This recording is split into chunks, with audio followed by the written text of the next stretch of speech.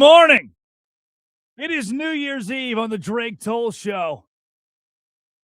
And SEC football is dead. Happy December 31st, everybody. The final day of 2025. Touch yourself. You're living it. You're breathing it. 6 a.m. on the East Coast. I'm Drake Toll from the Savannah Bananas organization, Locked On Big 12, and most importantly, Westwood One Sports Network. Jam-packed. Last night's USC-TCU game, Lincoln Riley's future as the head coach of the Trojans, a guy who cannot get it done in the big game. What is that future? Stefon Diggs. Was there strangulation? Was there not? That is the question. The biggest losers of the day, obituaries, the NFL MVP race. Is it Drake May, the young, beautiful buck?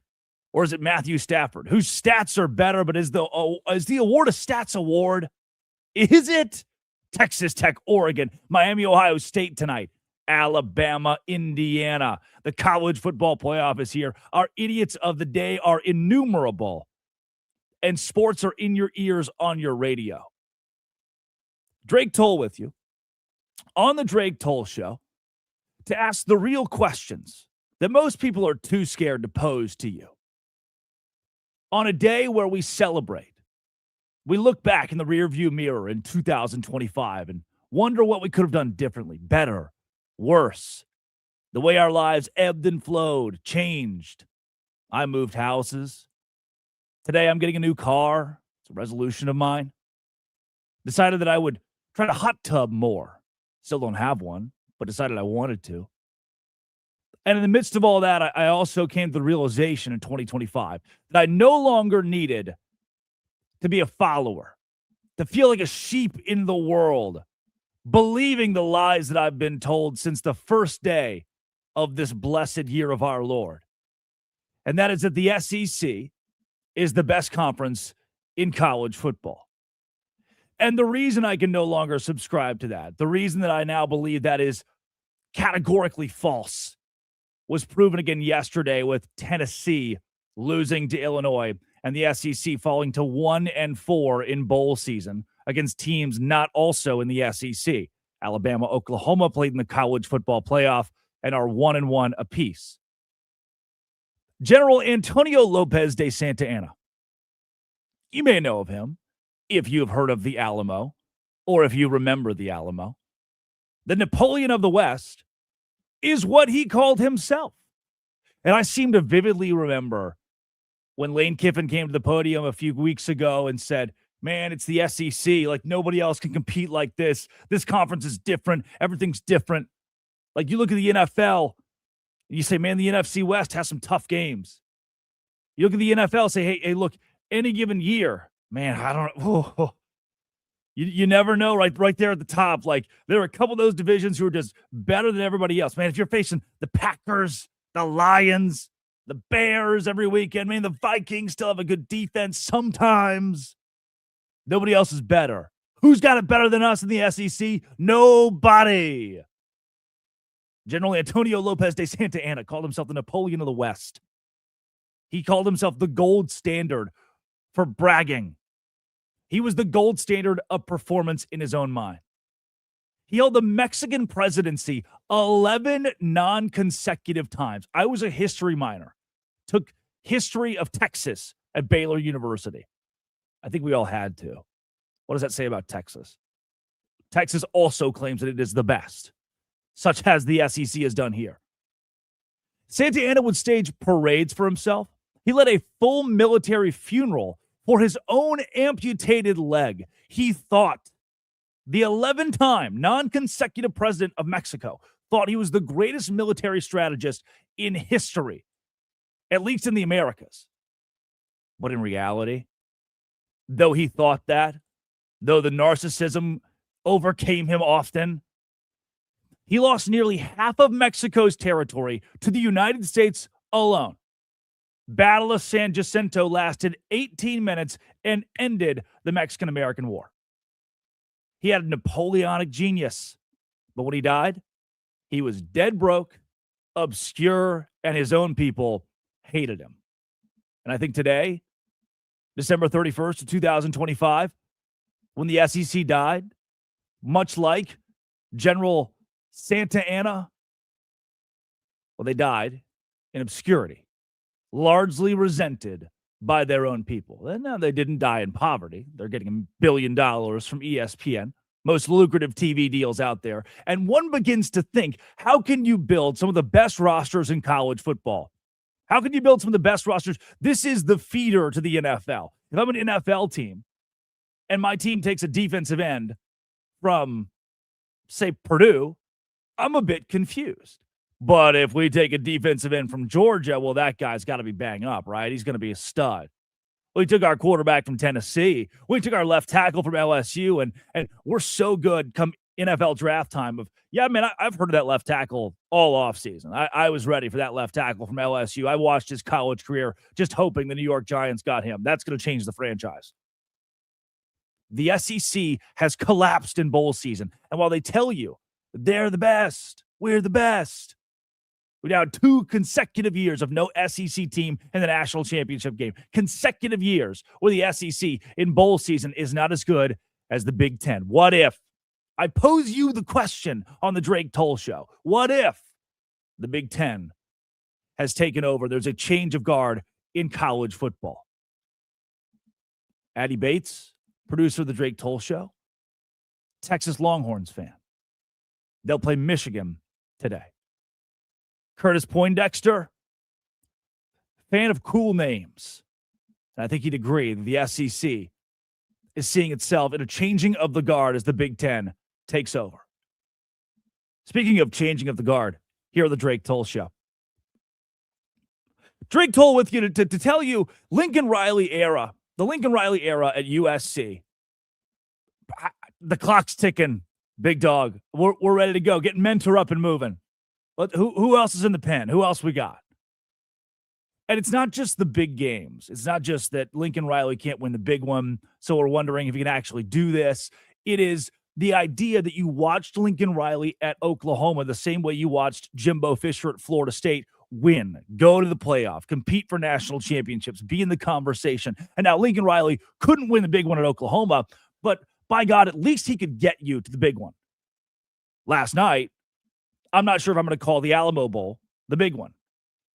Remember the Alamo Bowl. Remember Santa Ana. And remember Ken Seals, the TCU quarterback who grew up 15 minutes away from campus, goes to Vanderbilt, was a starting quarterback in the SEC. And while he's hanging out there, decides, you know what, I'm going back home to my dream school, TCU. He sits behind Josh Hoover, who entered the transfer portal. Ken Seals gets the opportunity last night. TCU's down by 10. Lincoln Riley has a 10-point lead in the fourth quarter. And it's Fugazi. Withers away. Jaden Mayava, 18 for 30. Touchdown, 2 picks, 280 yards. Ken Seals, he didn't care what he did. He just wanted to win. And his lone touchdown pass came in overtime on 3rd and 19.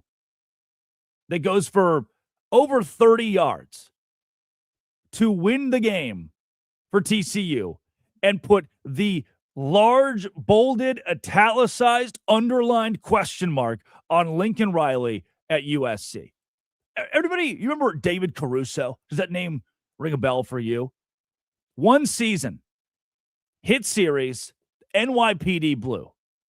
I remember watching an episode or two. Mom in the living room, loved the slop TV. Let's turn it on and see what all this NYPD Blue is about. Then he says, you know what? I'm a star. I'm the big wig. I'm going to be in movies. Where's David Caruso now? Who's to say? Who's to say? CSI Miami had to go reinvent himself back in TV. At least his career went better than Shelley Long. You remember Shelley Long. Cheers. She was on Cheers. She's starring in a TV show that she thinks probably isn't going anywhere. It's just Cheers. Just a funny, cute little sitcom. And at the height of her popularity, at the height of Cheers' popularity, she says, I can be bigger than this. I'm going to go be in movies. Cheers goes on for 6 seasons without her. And the last time I saw Shelley Long, she was just hanging out at the old saloon downtown. Never to be seen again. Lincoln Riley is at Oklahoma. He's starring in Cheers. He's the lead character of NYPD Blue. And in the middle of it, he says, I think I can go to Hollywood and be in the movies. Then when he goes to Hollywood to be in the movies, he goes, "Oh, those lights are a little bit too bright. I'm not so sure if I can win here. I'm not so sure if I can do this. Do I get a mulligan? Can I go back to Oklahoma? Because they just made the college football playoff before I could do so at USC with endless resources." And here is the problem. Here is the real problem if you're a USC fan. Here's the real problem if you're a Lincoln Riley fan. They're signing the number one class in college football out of high school. So if you want to be good, if you believe that Lincoln Riley is the guy that turns it around, that his super genius, his ability to recall any and all offensive plays that he's been a part of, if you think that that is going to save him, the idea that he can grow up this freshman class coming into USC next season, I ask you, how much time do you have? Because my time is valuable. My time has a dollar sign linked to it. How much time do you have to wait to hope that he's the great developer? Because the fastball was there at Oklahoma, no doubt. The offenses were there at Oklahoma. But if you remember his final seasons there, things started to fade. We started to poke holes in it. Caleb Williams, Spencer Rattler, you know those names. NFL quarterbacks, he had them, but he struggled to win with them. He struggled to have good defenses. He struggled to win. He couldn't win. He could not win in the postseason, in the playoff, namely. And just like Caruso, just like Shelley Long, I think the time has come to realize that we went off for greener pastures, and when we got to those greener pastures, they weren't so green. And now you're going to sit back and watch the rest of college football have a very fun day today, Lincoln Riley, and you don't get to be a part of it in the college football playoff. Tonight, tomorrow, all day today, you have the opportunity to do one of the most fun things in the world, to be human. And that is watch college football, watch any brand of football while you sit at work. Yeah, maybe you're in a cubicle. Yeah, you could be punching button right now, hitting clock, sitting behind a desk, but Iowa Vanderbilt, Arizona State Duke. Don't tell me you care about Arizona State Duke on a normal Wednesday. You don't. You don't. But today when Michigan and Texas come on ABC and you're still at work, you turn it on because they got Cheez-Its of all flavors and variety. And then Miami tonight takes an all-pro defensive line against Ohio State in the Cotton Bowl Classic, a Wednesday in Dallas. 9.5-point favorites are the Ohio State Buckeyes, and I think that is complete BS. Miami is way too good, has way too much pro talent to be a 9.5-point dog. Oregon, Texas Tech tomorrow at noon Eastern. Oregon, 2.5-point favorites, and I think it's complete BS. Texas Tech, all-pro defensive line. Too many studs to be a dog. Alabama, Indiana. I firmly believe, until proven otherwise, that Indiana is guilty. Guilty of being the best team in college football. And then Ole Miss, Georgia.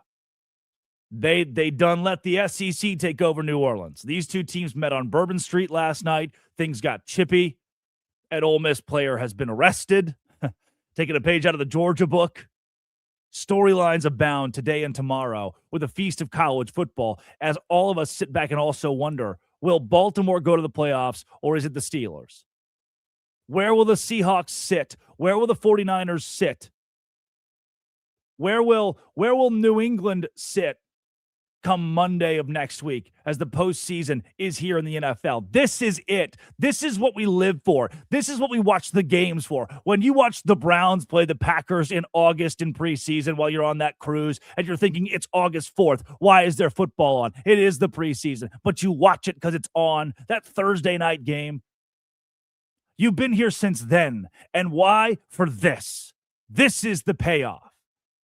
We've made it. We've made it to the best part of college football, to the best part of the NFL, where we glue ourselves to it. And you've made it to the Drake Toll Show on Westwood One. Yeah. Week number 1. And it couldn't be a better time to do it. And it couldn't be a worse time, probably, to be Stefon Diggs. Coming up, Stefon Diggs may or may not have choked a person in a very negative way. And now a leaked police report gives details of what he could be dealing with, though he says the report is unequivocally false. Here's the future for Stefon Diggs in the postseason for New England. I've got the answers on the Drake Toll Show.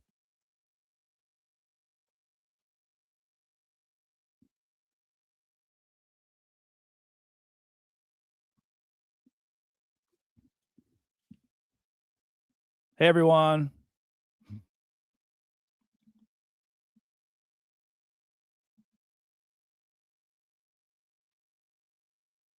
Hey, Addie.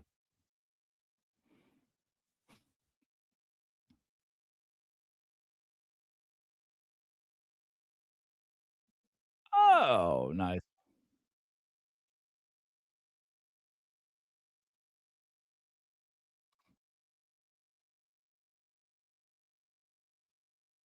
Cool.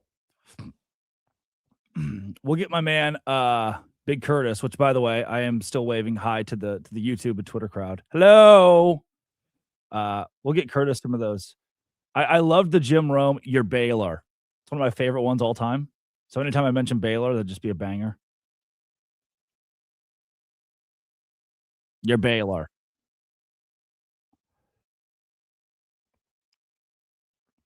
Yeah, until they lose. The SEC loses.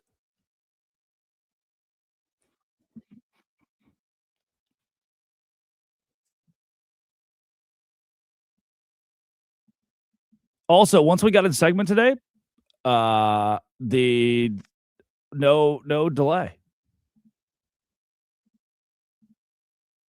Yeah, we're so back. Now it's back. The delay's here again.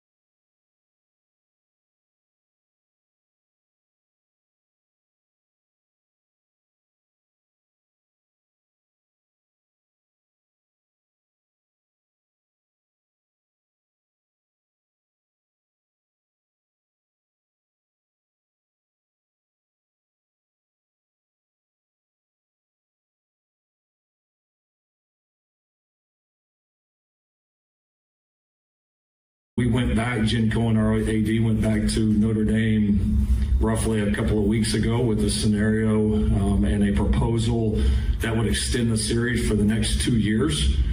And we took Notre Dame at their word that they would play us anytime, anywhere. That proposal was rejected. Not only was it rejected, 5 minutes after we got the call, it was announced that they had scheduled another opponent, which I'll give them credit. That might be the fastest scheduling act in college football history. So I know there's been a lot of back and forth on it. I know college football has changed a lot, but the fact is very, very clear, and this can all be settled very quickly. Had Notre Dame lived up to their word and played us anytime, anywhere, we would be playing them the next 2 years and looking ahead after that and hopefully continuing the series.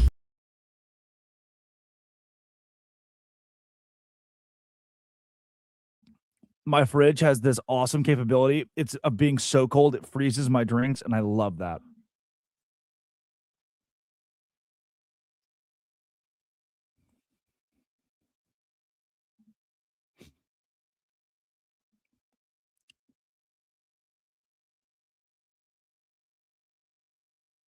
Mm.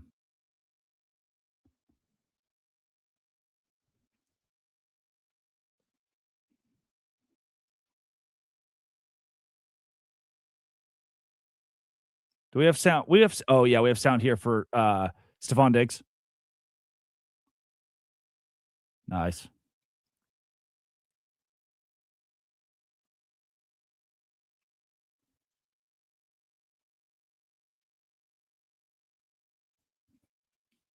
It was radio, baby.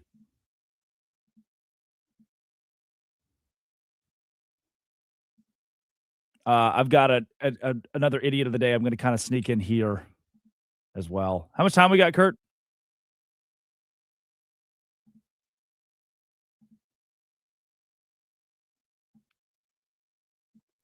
Yeah. Slip that one in there.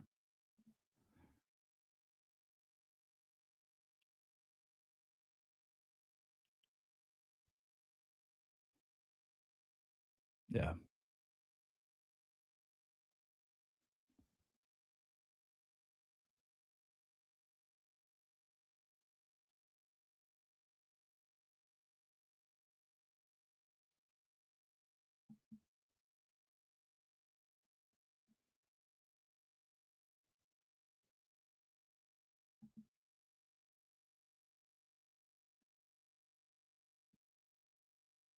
It is the Drake Toll Show. I'm Drake Toll from the Savannah Bananas Locked On Big 12 and the Drake Toll Show on Westwood One. There's nothing quite like days where you know you can wake up and watch football all day long. Namely on a Wednesday on New Year's Eve, and understand that tonight I get to have a couple cervezas, enjoy my time in the world, forget 2025, remember 2025, and go into 2026 happy. Westwood One Sports, the Drake Toll Show. Drake Toll with you. And, oh, this is good. This is rich. I'm reading the Boston Globe, as I do, at 8:03 in the morning on December 30th. This would be yesterday. And in one of the worst timed articles I have ever seen in my life, Christopher Gasper, probably a good guy. I bet he's a good guy, writes, here's the headline: Patriots struck gold when they signed Stefon Diggs, one of the finest free agents in club history. And very quickly, Stefon Diggs said, not so fast, my friend. This could get interesting. So yesterday, there is a report filed that Stefon Diggs allegedly strangled his live-in chef.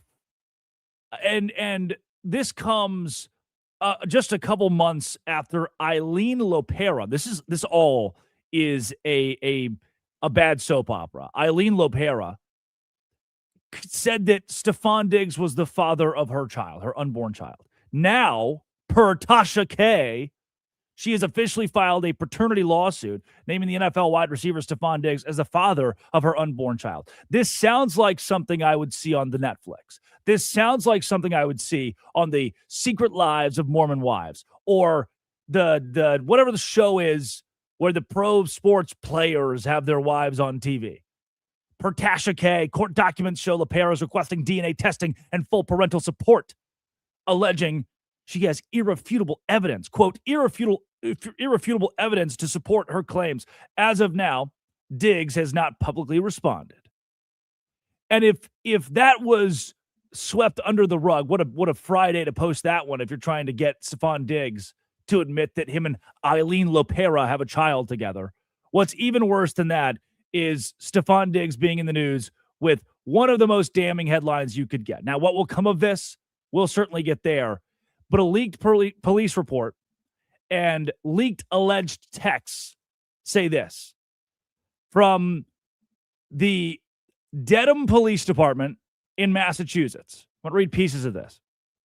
While assigned to the front desk, Mila Adams entered the police station, to report a past incident. She appeared emotional, initially hesitant to give a statement. She asked for a female officer. Remember, this is the report.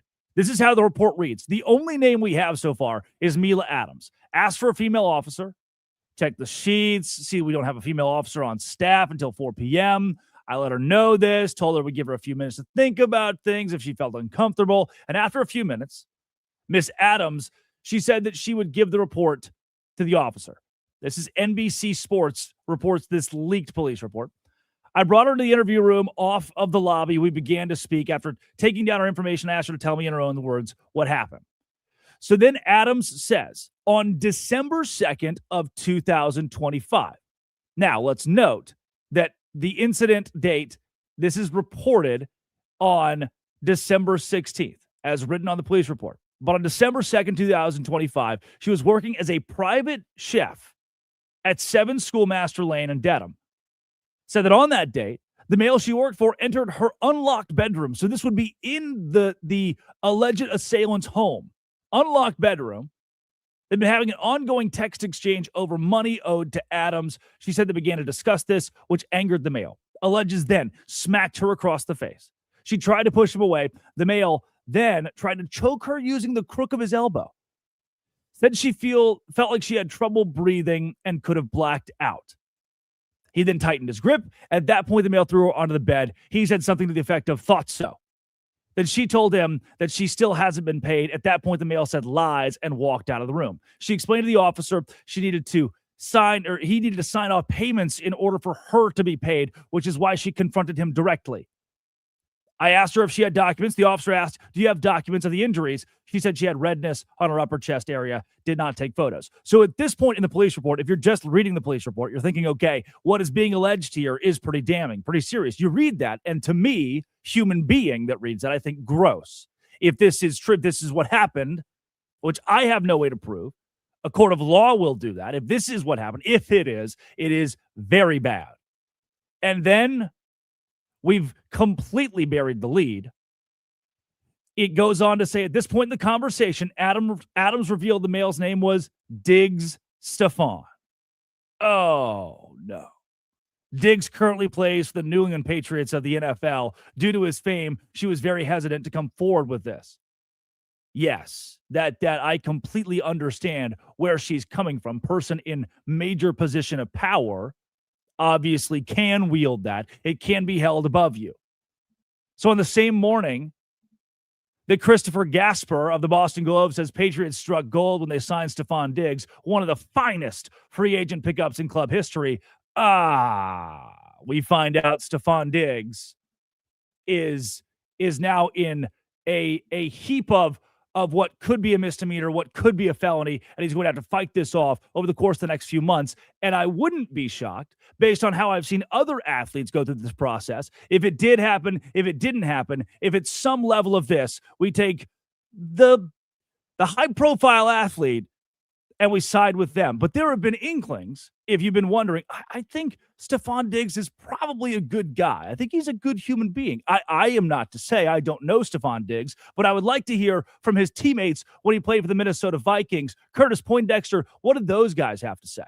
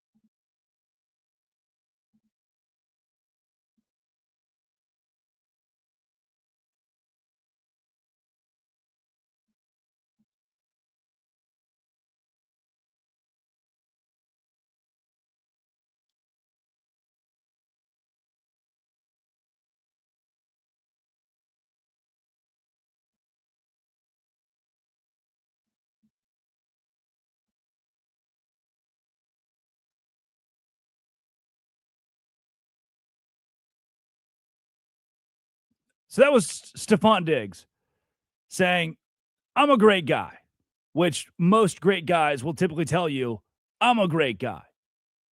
George Brinton McClellan, Union general during the American Civil War, was the humble brag master. I'm a great guy. Come on. I told you earlier, if you've been with us since the beginning of the Drake Toll Show here on Westwood One, General Antonio Lopez de Santa Anna called himself the Napoleon of the West. He was one of the worst generals, 11-time president of Mexico. Myself, history minor in college, loved these stories. George Brinton McClellan, general during the Civil War, was the master of the humble brag, and what he called himself was young Napoleon. Of course he did. I'm a great guy, says Stefon Diggs. I remind you, I want you to know if you're in the car right now. I want you to know if you're at your cubicle. I want you to know if you're working the night shift and you're a male. The next time you go on a date, the next time you open the dating apps and you find a lady, your opening line should be, I'm a great guy. Show up to dinner. Give her that one. Always works. Us great guys, we say that pretty typically. Little Mac, as they called McClellan, wrote letters to his wife claiming he was the only person who could save the Union, the only person. He would belittle Abraham Lincoln. A well-meaning baboon is what he called him. Well, in reality, he was notoriously afraid to fight. He overestimated enemy numbers, wouldn't move his troops, and eventually was fired by Lincoln, famously saying, if General McClellan does not want to use the army, I would like to borrow it for a time. He's replaced by Ulysses S. Grant. So General McClellan would tell you in the Civil War, I'm a great guy. I'm the young Napoleon. But typically, the more that we say that, the worse it is. And when our peers, a jury of our peers are saying, yeah, I probably wouldn't let my sister date Stefon Diggs, I'm going to err on the side of there might be something here that points at Stefon Diggs for the New England Patriots that isn't all that rosy. If you are just joining us, I'm Drake Toll from the Savannah Bananas and Locked On Big 12, talking Stefon Diggs. And now a lawsuit coming down the pipeline that Diggs allegedly assaulted his live-in chef, Mila Adams. There is a text message that has been filed into court.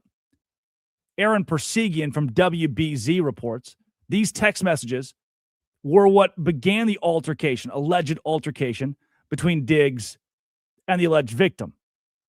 Quote, you will be paying me out for the season and the money you said you would give me for my business. Wasted my effing time being here because you got an effing circus going on. I'm out of your life. Diggs responds, I won't be paying you. Expletive. F. I look like paying you and paying another chef. Are you high? Who's going to give you the money? I don't got to do it.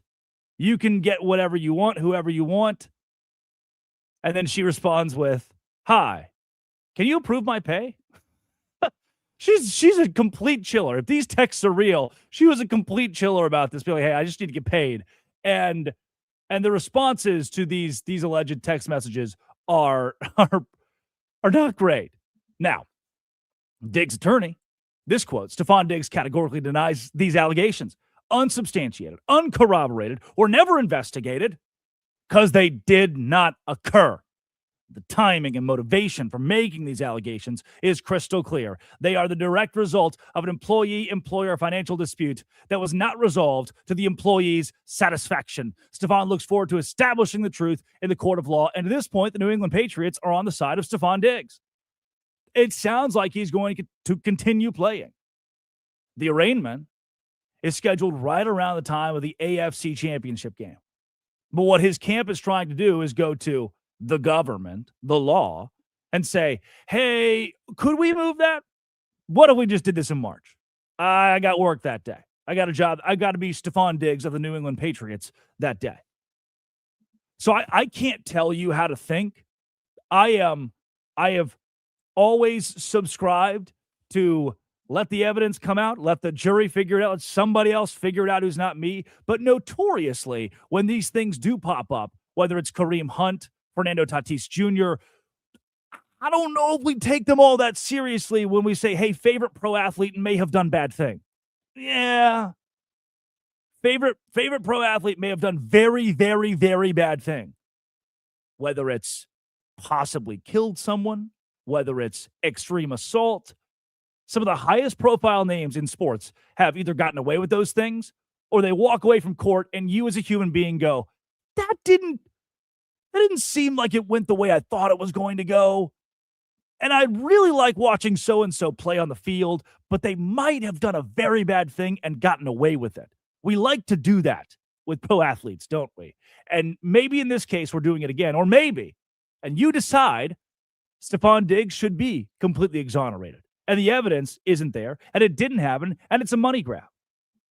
For that, I don't have the answers. But we'll know. And we'll know within a few weeks. And we'll cover it closely. But up next, we cover very closely the biggest losers of the day. And there are many big losers, including someone in this Stefon Diggs situation This also, can we please the Cowboys? The Cowboys have got to be a biggest loser today. This is the Drake Toll Show.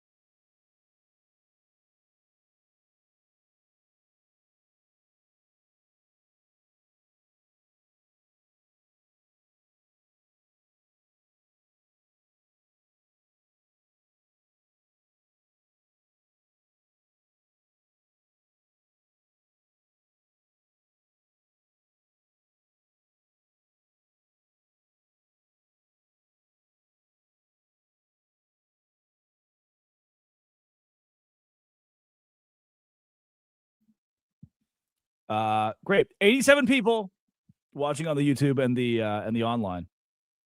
So that's fun. Our friends in the chat are here. Drunkle Sam, Dan from Canada, Barnaby Jones. These are some great lines too. Mr. Ramos is back in the fold from the Philippines.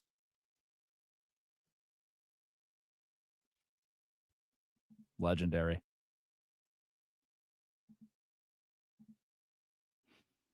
Okay. We feel good so far. We're going into biggest losers. Addy, I'm going to bring you in here for NHL.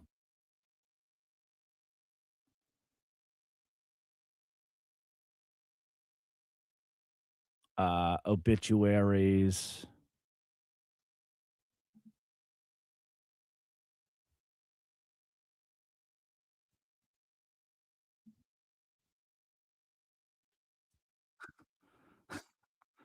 Understatement of 2025, actually.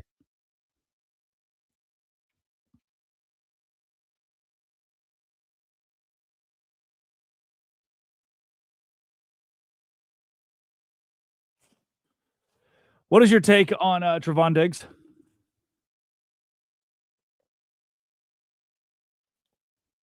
Yeah. Yeah, big hurt.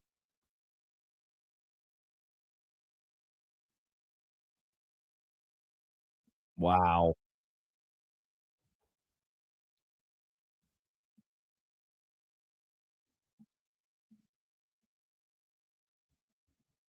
Yeah.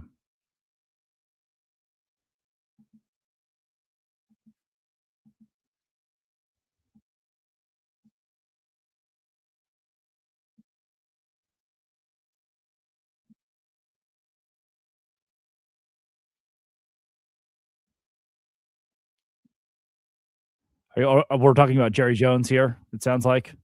Yeah, we would be talking about Jerry Jones.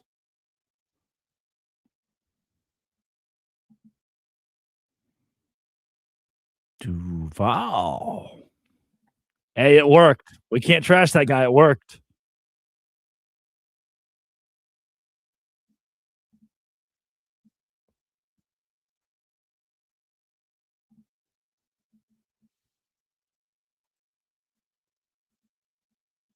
Oh, Duval.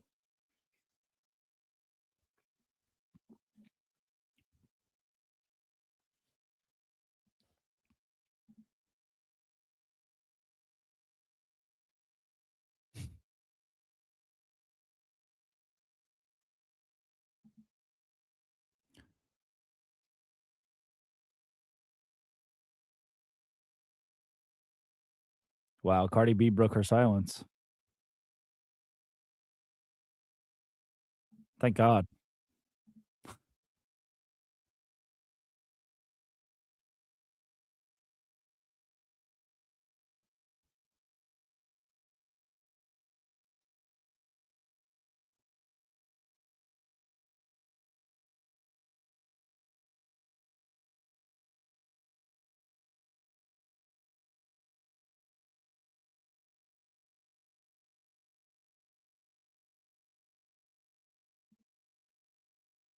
Drake Toll with you on the Drake Toll Show. Westwood One Sports, New Year's Eve, and the time of the day where we say there are some big losers out there. Our biggest losers, we could have done biggest losers of 2025, but that feels so extreme for a show 3 days into its existence. I don't need to go that far and that deep on these people. But there are plenty of big losers that on New Year's Eve probably feel themselves thinking, yeah, oh, that's not good. And one of those has to be the aforementioned Stefon Diggs situation. Someone's going to be the biggest loser. I know you're all thinking, everybody has been wondering, why is Drake not brought up? Cardi B in this situation. You, sports fan. You, fan of the Green Bay Packers, fan of the Arizona Cardinals, fan of the Chicago Cubs, the Milwaukee Bucks, saying, what does Cardi B think about all of this Stefon Diggs stuff? Well, she says fans are being mean and they need to calm down after dragging her romance with Stefon Diggs. Right now, if I had to give a ranking of the biggest losers of the Stefon Diggs situation, it's probably, as we sit, Stefon Diggs. There is the way that the court of law works for a guy who is facing felony strangulation and assault charges, where the court of law works toward his favor in saying that he is innocent until proven guilty. Guilt will have to be proven here. The text messages, things of that nature. They'll have to go in with the police report, the pictures, and the evidence, and then figure it out. But someone's going to be the biggest loser. It could be Stefon Diggs. Like in the Kareem Hunt situation or the Adrian Peterson situations, the athlete was not the biggest loser. Somehow they got away with it. So is it likely Stefon Diggs ends up being in that category? I'm not sure. But that means then the biggest loser could be the New England Patriots. If they lose Stefon Diggs, who they trusted, or if they trust Stefon Diggs too much, come to his aid too much, and then they themselves come to find out, oh, maybe we shouldn't have hung our hat in the Stefon Diggs camp so much. Maybe that was a mistake. Someone will be the biggest loser in this situation. It could be Stefon. It could be the New England Patriots. And it could end up being, there's also, for as much as I brought up the negative experiences that alleged victims or victims have had when it comes to athletes and trying to pursue justice against athletes, there are also niche situations, much less common, but niche situations like that of Jake Retzlaff at BYU, now Tulane, the Tulane starting quarterback, who over the summer, it was alleged that he had sexually assaulted a Utah student. It is then admitted or comes out that, hey, it actually was, there was some nefarious things going on behind the scenes in this ploy to try to get Jake Retzlaff off the BYU team. Turns out he really may not have done it, but he did have sex. And Retzlaff said, yeah, I didn't do it, but I did have sex. And that BYU said, okay, that's a 7-game suspension because you broke our rules. And what ends up happening is because it's brought to light, he transfers from BYU to Tulane, and kind of everybody was the biggest loser there. Jake Retzlaff was the biggest loser for getting his rocks off.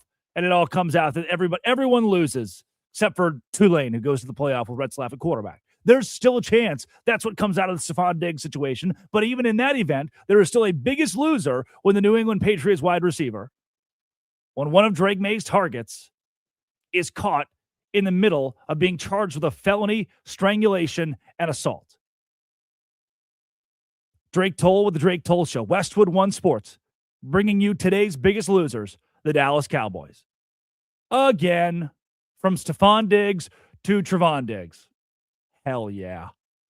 Jordan Schultz Report tweets, my understanding of the Trevon Diggs situation is this. After the Cowboys finished their Christmas game versus the Commanders, Diggs requested with head coach Brian Schottenheimer to stay in Washington for the holiday since he's from the area and his family stays there.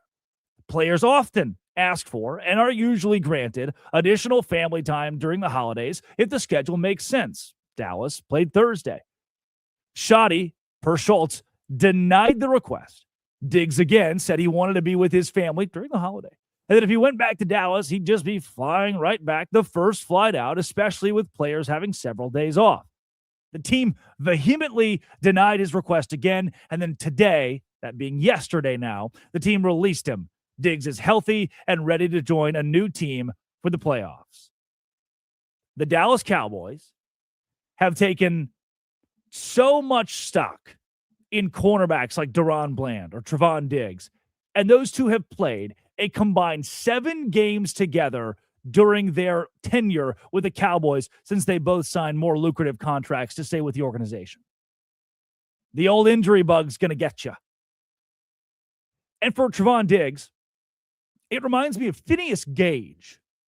You may not have heard of Phineas Gage, but in 1848, Gage was a capable, well-liked, shrewd foreman with a balanced mind.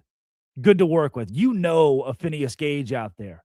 Yeah, he loves a pint of beer after work, but you like getting a pint of beer with him because the guy's fun to be around.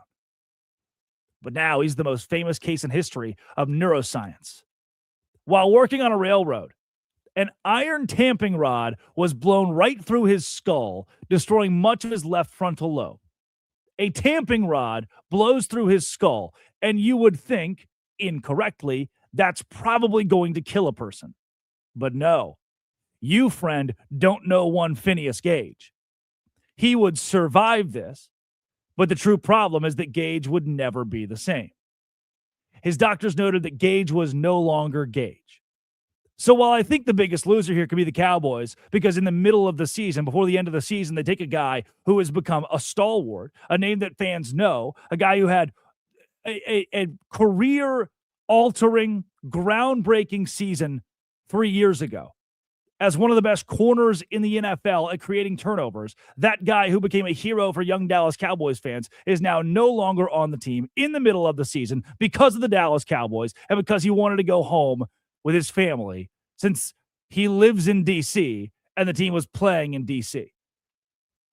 But the only reprieve that I'll give them is much like Phineas Gage. Once that knee goes, once that injury hits, once Trevon Diggs was banged up, missed half a season, more than half a season, that was it. He hasn't been Trevon Diggs since.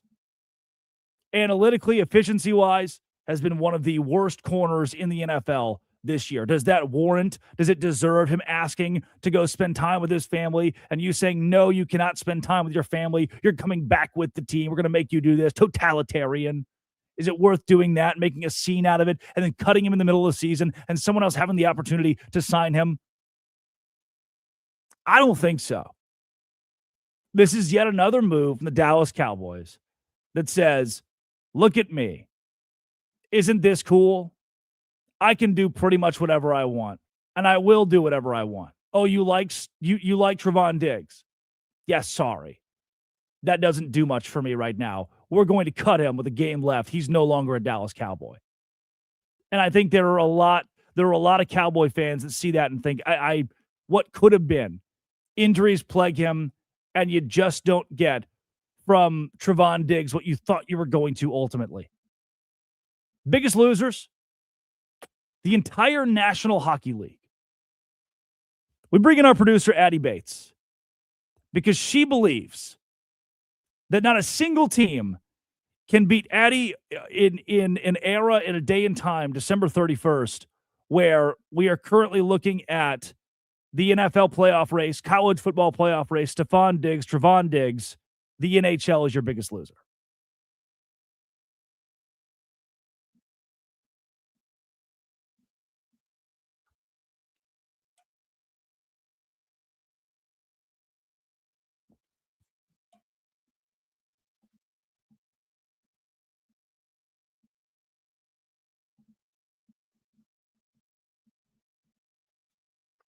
I do remember the Brewers 14 game win streak, yes.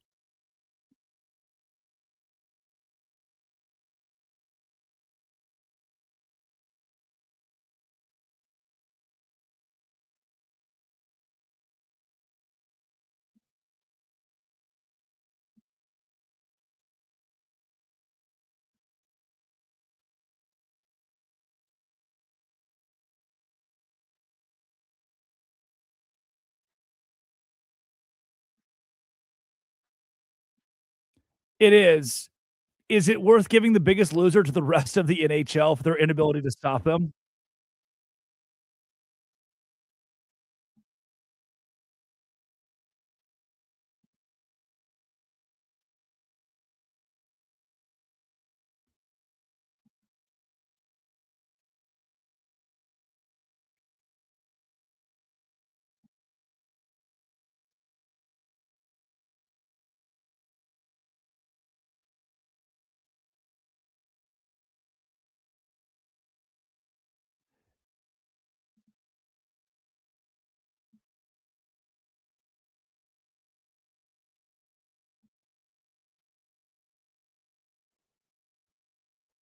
I will say, I learned as a guy from Valonia, Arkansas, where hockey is not a thing. It's a foreign sport. It doesn't really exist.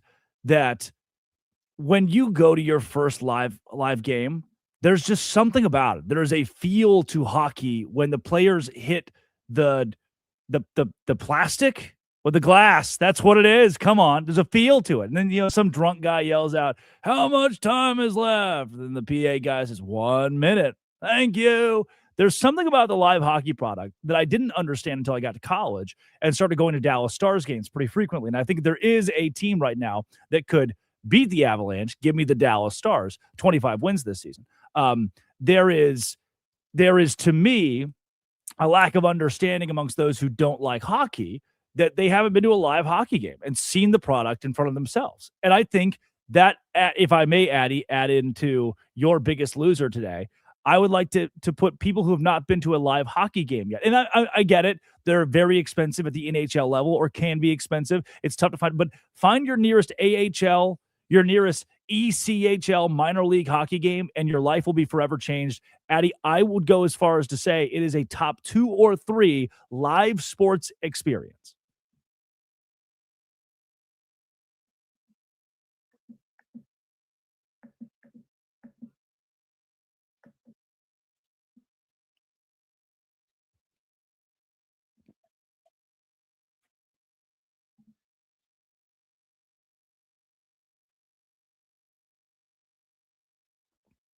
Personally, in the ECHL specifically, again, minor league hockey, I enjoy that they fight a lot.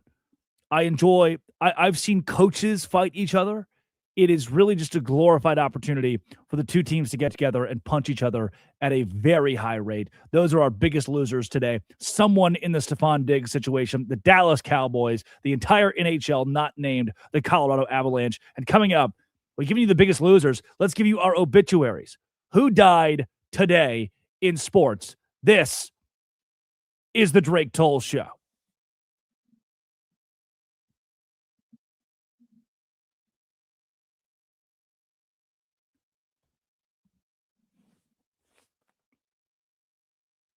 All right. Everyone having a good, happy, fun time out there still?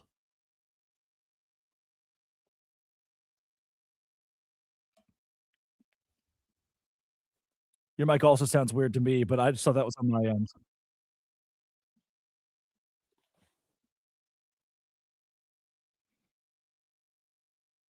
Yeah, like a silo, like a grain bin. Still do, no doubt.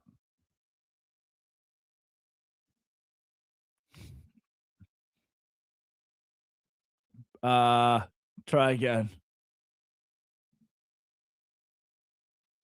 Better, I think. I don't know. Nice. Man, I cannot wait to talk Aaron Glenn. Oh,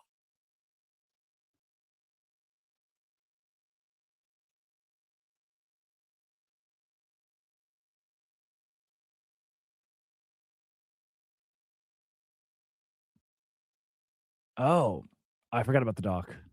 I have 17 things open on my computer right now. Sorry. What's the Oh, interesting. What is David calling about? Do we know?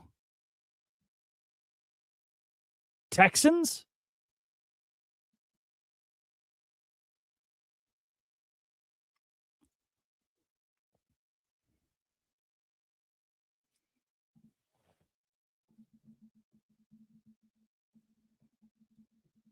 Nice.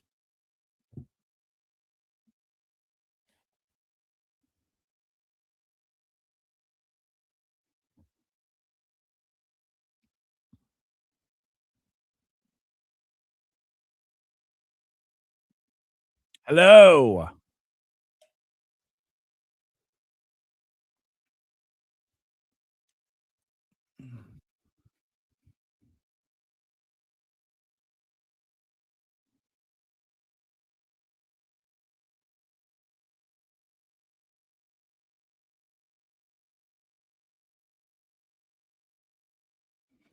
Yeah, Curtis, why not? If he's still on the line, we'll pick him up to start this segment.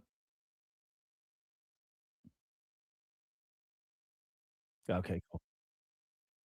Why not? First caller. I'll attack it.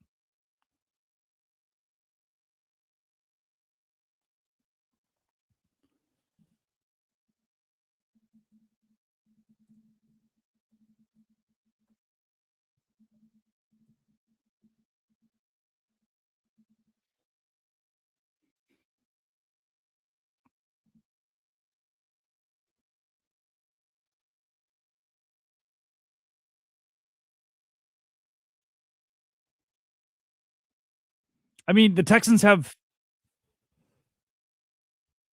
the best defense in the NFL, but no one's talking about them as a Super Bowl contender, I feel like, you know?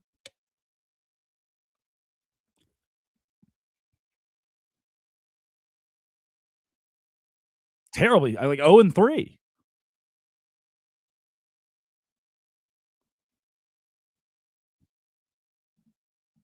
It's me. I'm people.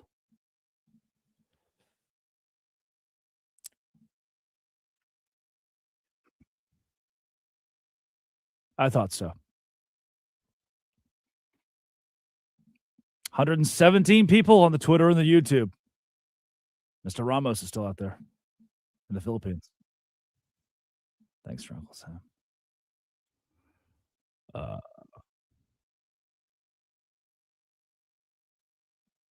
So, like, Texans will go on the road, though, to Pittsburgh or Baltimore.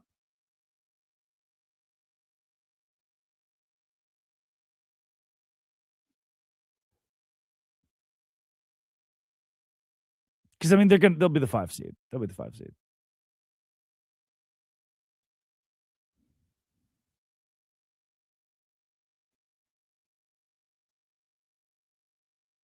Tyler Huntley versus the Texans, round 1 of the playoffs.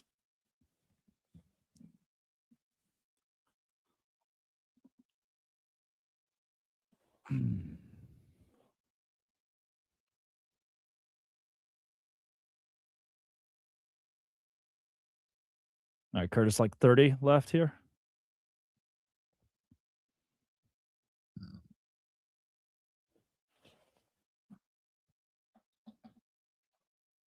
Ooh, bold.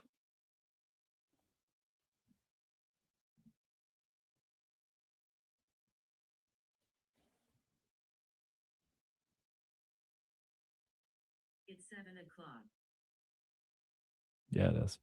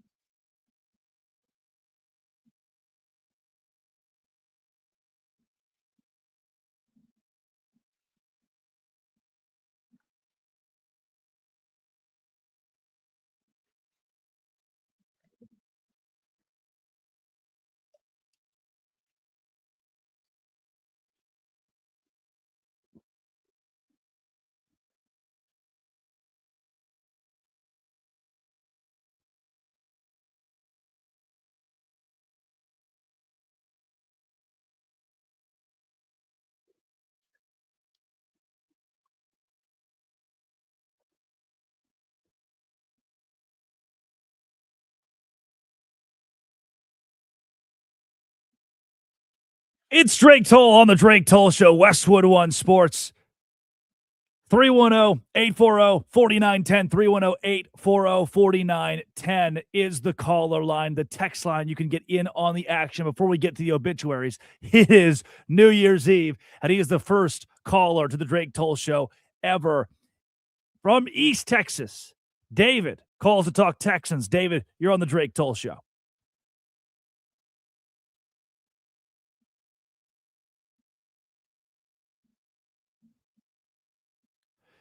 David, let me ask you, Gilmer, Carthage, you big West Orange Stark guy, where in East Texas, where Gilmer, where are we talking here?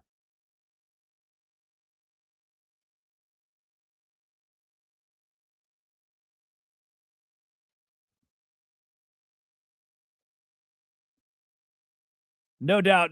David, I think I can make a case for it here, but I wanted to know where, see, you said East Texas. There are a lot of things in East Texas. Which town do we got you from? Ah, even better. That's still East Texas.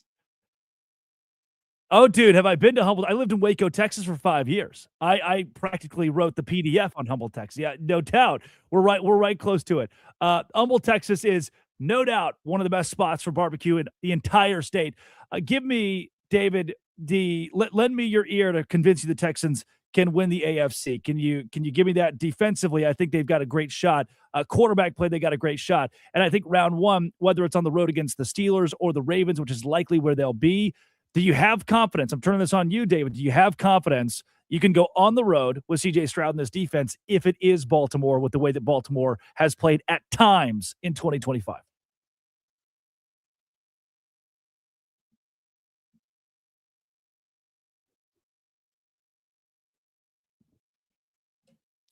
No doubt.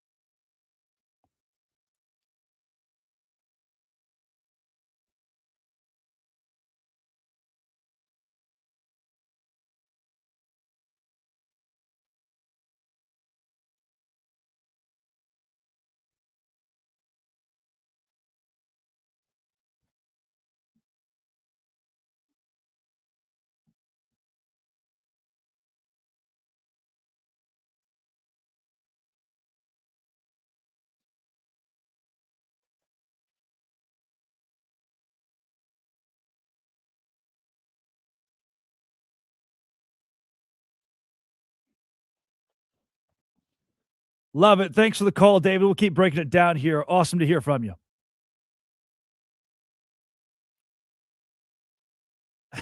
David from Humboldt, Texas, first caller on the Drake Toll Show. I call it the CJ Stroud effect.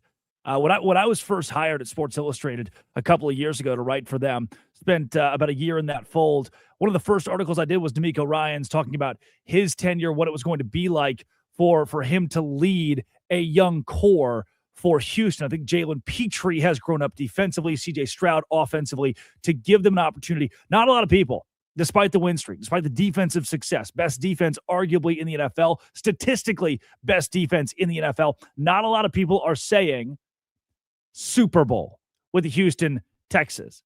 With the Houston Texans plus 1,500 right now, plus 1,400, I think it depends on where you look, to win the Super Bowl. That's a pretty good value, very good value, $100 to win $1,400 on a team that has an elite, I use the word elite defense, and the CJ Stroud effect, where he can make no play into a play. You saw the play where Josh Allen for the Bills worked his way into a sack, where he just runs backwards for 20 yards.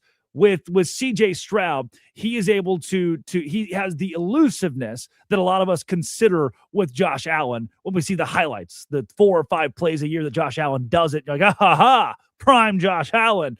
That's what CJ Stroud does on a very typical basis. I think of the Texans as a hot team, as one of the hottest teams in the NFL, walk into the postseason and play round one against Pittsburgh on the road. I have full confidence in their defense being able to shut down that offense.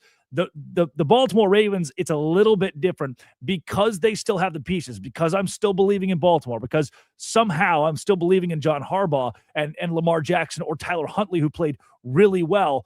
I'm going to buy the Texans no matter what in round one and give my very first obituary. Great segue into it. My very first obituary today will go to whoever the Texans play in round one. Thanks again to David for calling the Drake Toll Show on Westwood One Sports.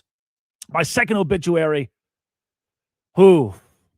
rest in peace, the head coaching era of Aaron Glenn, the New York Jets. Historically bad run right now for Aaron Glenn. Michael Nania says Woody is likely scared to pull the plug on Glenn after 1 year because he doesn't want to look like he's got this meddling reputation. I get it.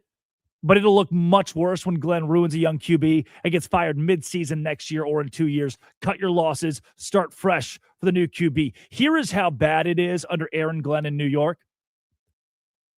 Jay Gassman says, we don't need to pretend this is not normal. Aaron Glenn's Jets are historically bad. Freddie Kitchen, 2019 Browns, innumerably better than the Jets somehow statistically. Nathaniel Hackett's Broncos. Antonio Pierce with the Raiders.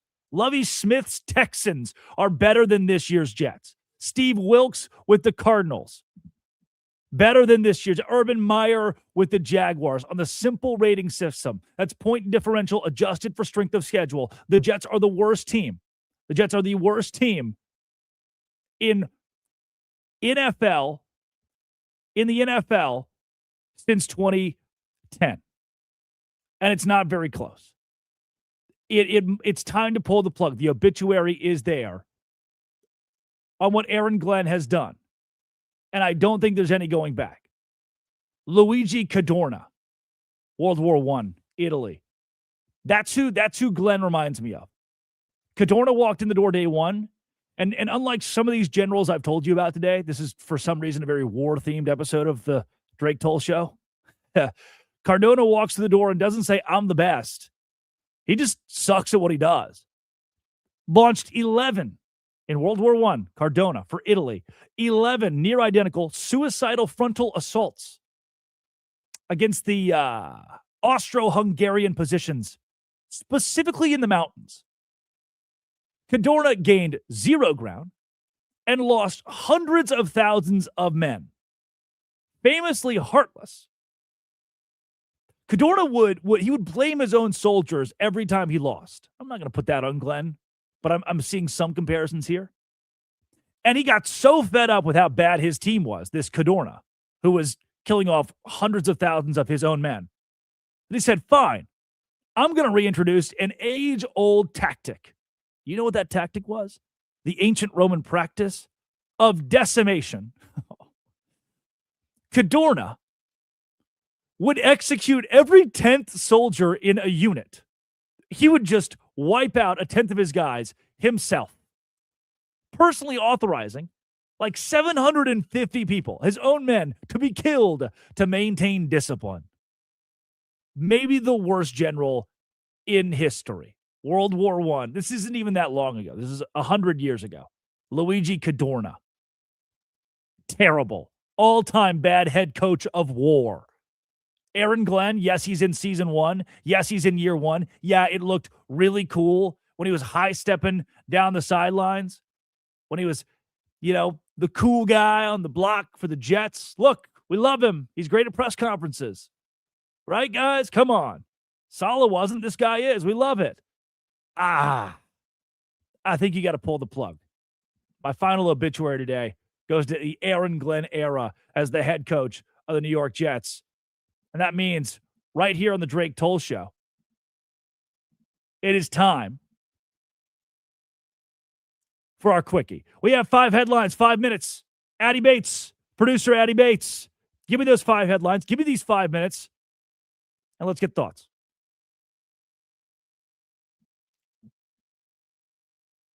All right.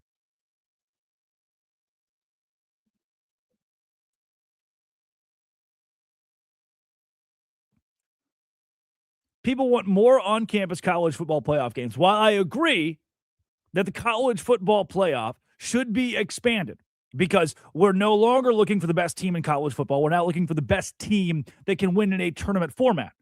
So if that is the case, I think this year the University of Texas, as you would agree, as the 15th, 16th best team in the country, would likely beat Texas A&M. Oh, wait, they did. Yet A&M got to host a college football playoff game. If we're looking for the best team in a tournament format, Texas just beat a top 3 team and then did not get in. They're 9-3. They don't deserve based on resume to get in, but they could win a national championship. That's why it should be expanded. But after watching TCU, after watching LSU, after watching BYU, after watching these bowl games so closely, ECU and Pitt, I don't think bowl games are dead. They are still serving a very strong purpose in college football. But yes, in the playoff, I would love to see, instead of a half-baked, half-packed crowd between Texas Tech and Oregon, because they're both based in the western part of the United States and playing in Miami, instead of seeing that, I'd much rather them be in Eugene. That's a minute.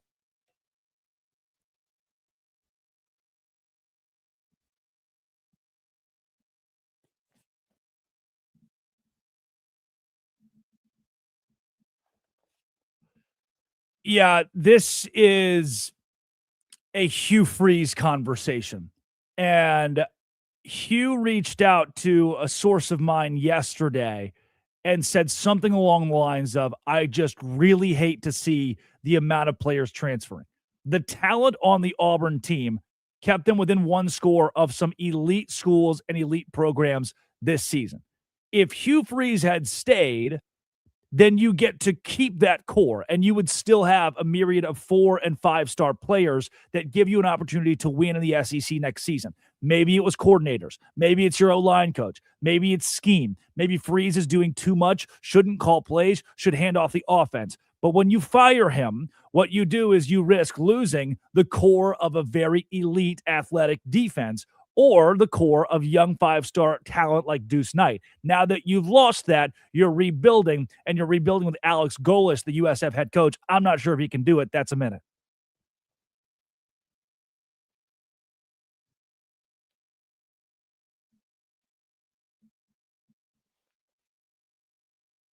Yeah, this is a headline that blows my mind 2 years ago, which is just because the Pistons are winning a game. But now that has been completely reversed. Cade Cunningham is leading a Pistons team that is fun to watch. Like the Detroit Pistons are fun to watch.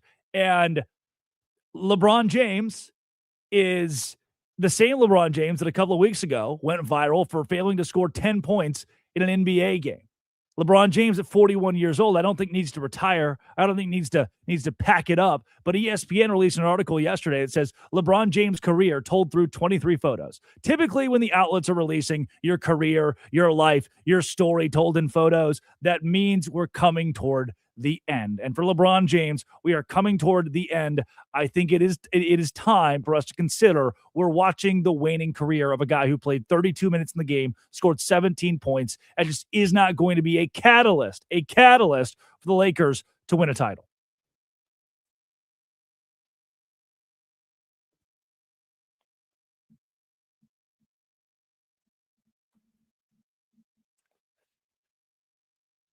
Yeah, the Rendon deal will go down as one of the worst in professional sports history. He will end up making roughly, I think he finished playing less than 300 games of this contract. He'll make roughly $1 million per game that he played, signing that 7-year, $245 million deal. And finally, after just what is complete and utter disappointment, his time with the Angels, injuries, groin, knee, hip, wasn't all the same injury. It was just he fell apart as a human being. His body failed him. Did not live up to any of the all-star pedigree, did not live up to Washington.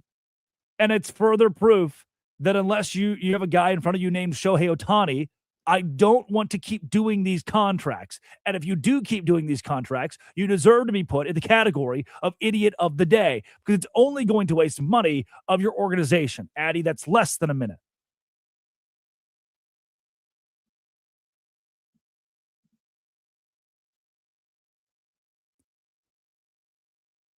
Yep, I'll go quick with this one. Ken Seals is the name to know. Was the starting quarterback at Vanderbilt for 15 games of his career, his first two seasons. Transfers to TCU to live out a dream. Loses the starting job with Josh Hoover. Does not leave because he loves the Horned Frogs. He's been going to camps since he was a kid. Grew up 15 minutes outside of Fort Worth. Last night, he starts his only game for TCU, and in the bowl game, throws a game-winning long touchdown in overtime to beat number 16 Lincoln Riley. It proves again the Big 12 is much better at football. I do believe that than many people give them credit for, and that Lincoln Riley's tenure at USC is waning, and Ken Seals goes down as a TCU legend. Those are our headlines. Coming up on the Drake Toll Show. You've got to buckle up for this one. And when I say buckle up, I mean tighten that seatbelt. The NFL MVP race is fraudulent. And I mean fraudulent because it doesn't mean most valuable player. It means most valuable guy that did good things in the last 2 weeks. This is the Drake Toll Show.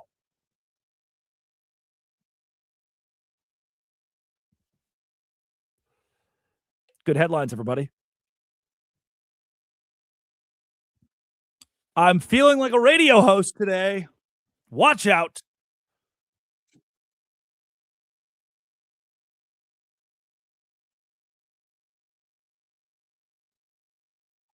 Nice. Okay.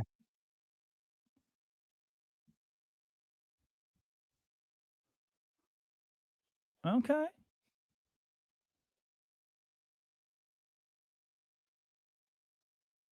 Royalty free music is great. It's my best friend.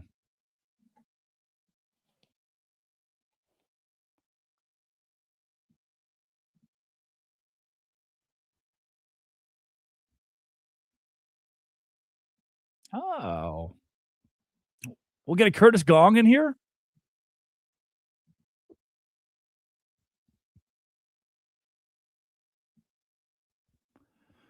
Good. That's very good.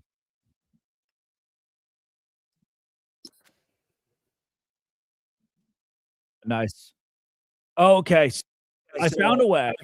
I'm thinking out loud. I'm thinking out loud for virtual world as well. I found a way, and they're hearing me. I think you're in the same boat as not. I think I found a way for your audio.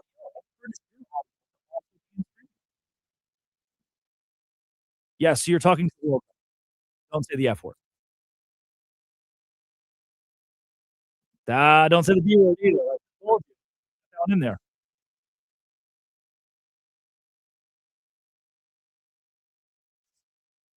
There are a lot of when I was in high school, ninth grade, we had Grant Gillis and Olivia Lowe. They neither of them had ever said a swear word before. So they both played a game on end. Everything that rhymes with wrong. Yeah. Yep, Shuck is one of those. Multiple different Shucks too. They drove that.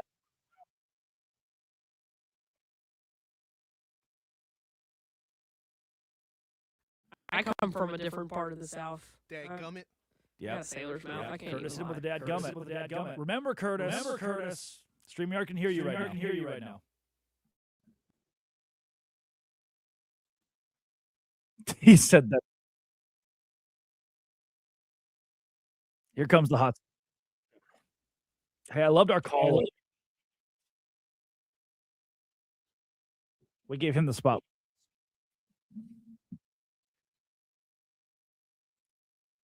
I want to know his thoughts. He's the Texans expert.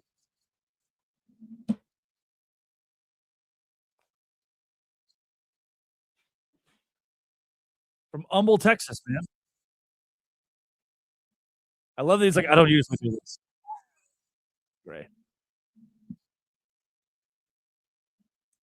K-Moss time. 2 minutes? Okay, I'm going to grab a pen really quick. Be right back.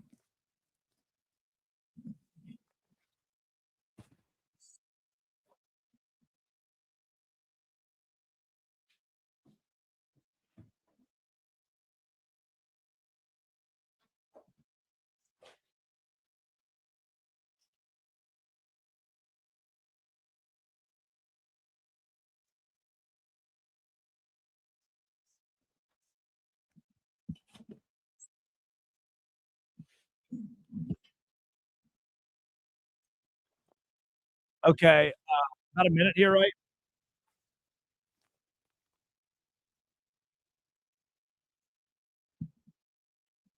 Okay. Oh, what's our phone number again?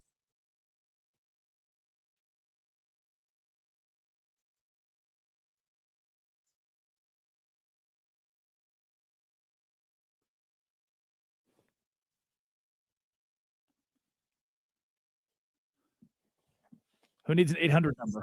You have a 310 number. Toll free.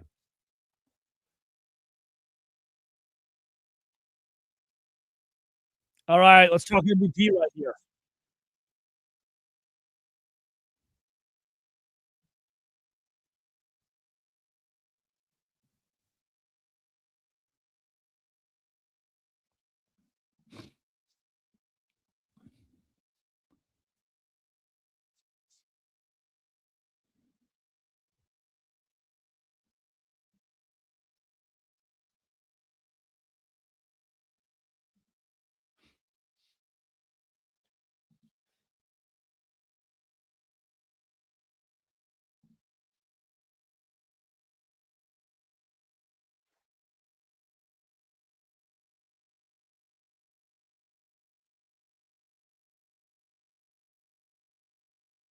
Welcome back to the Drake Toll Show. Drake Toll with you from the Drake Toll Show.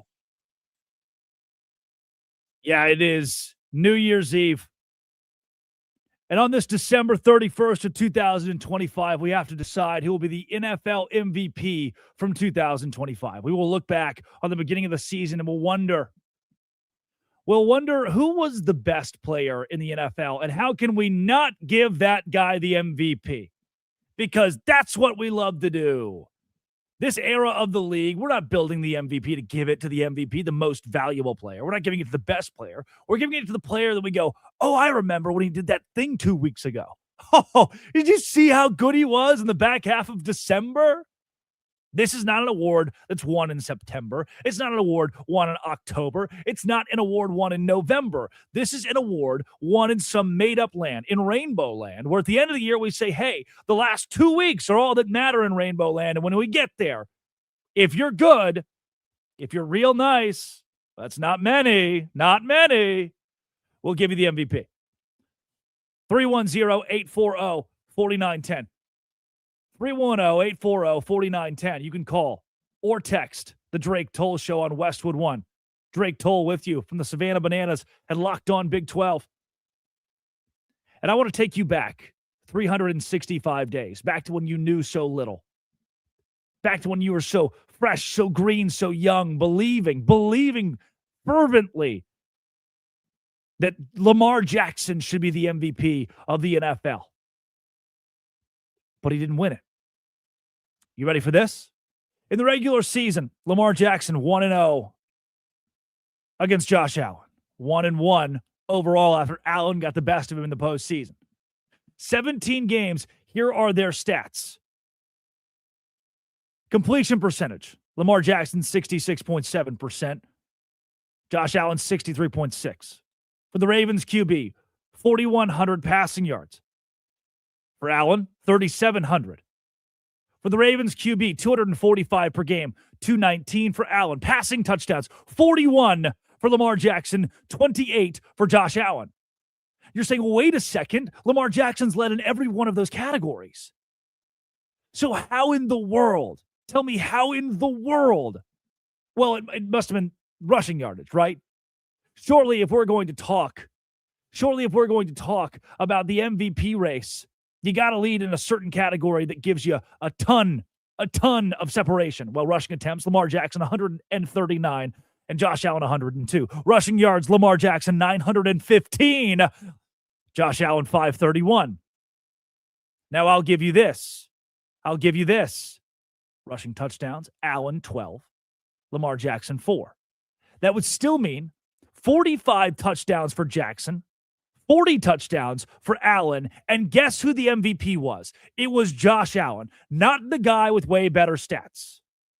Not the guy who was also 12-5. Not the guy who still won plenty of games in the NFL and was the best player in the NFL. No, That doesn't matter. And honestly, best player doesn't really matter because I would argue there are better guys in the National Football League than Lamar Jackson in 2024. There are better players in the National Football League than Drake May in 2025. Does it dilute how good Drake May is? No. Does it dilute how good Matthew Stafford is? No.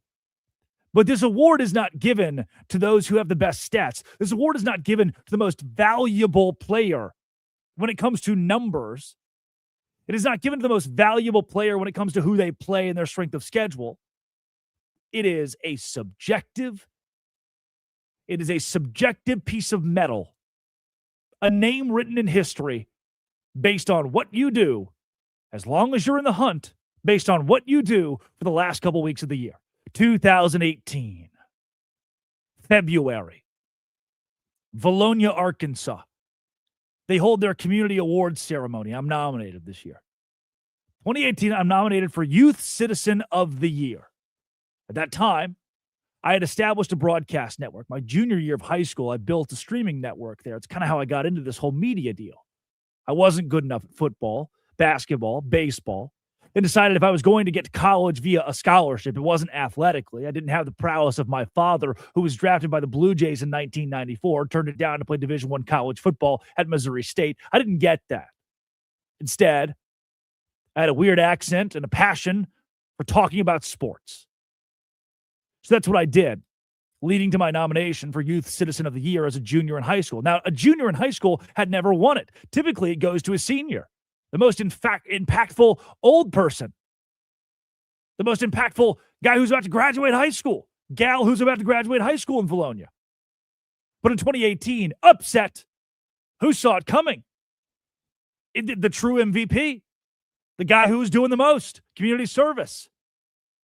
They call my name, walk up on stage. I don't even think I gave a speech. I just took that award, shook a hand, held it up high. MVP, MVP, they shouted.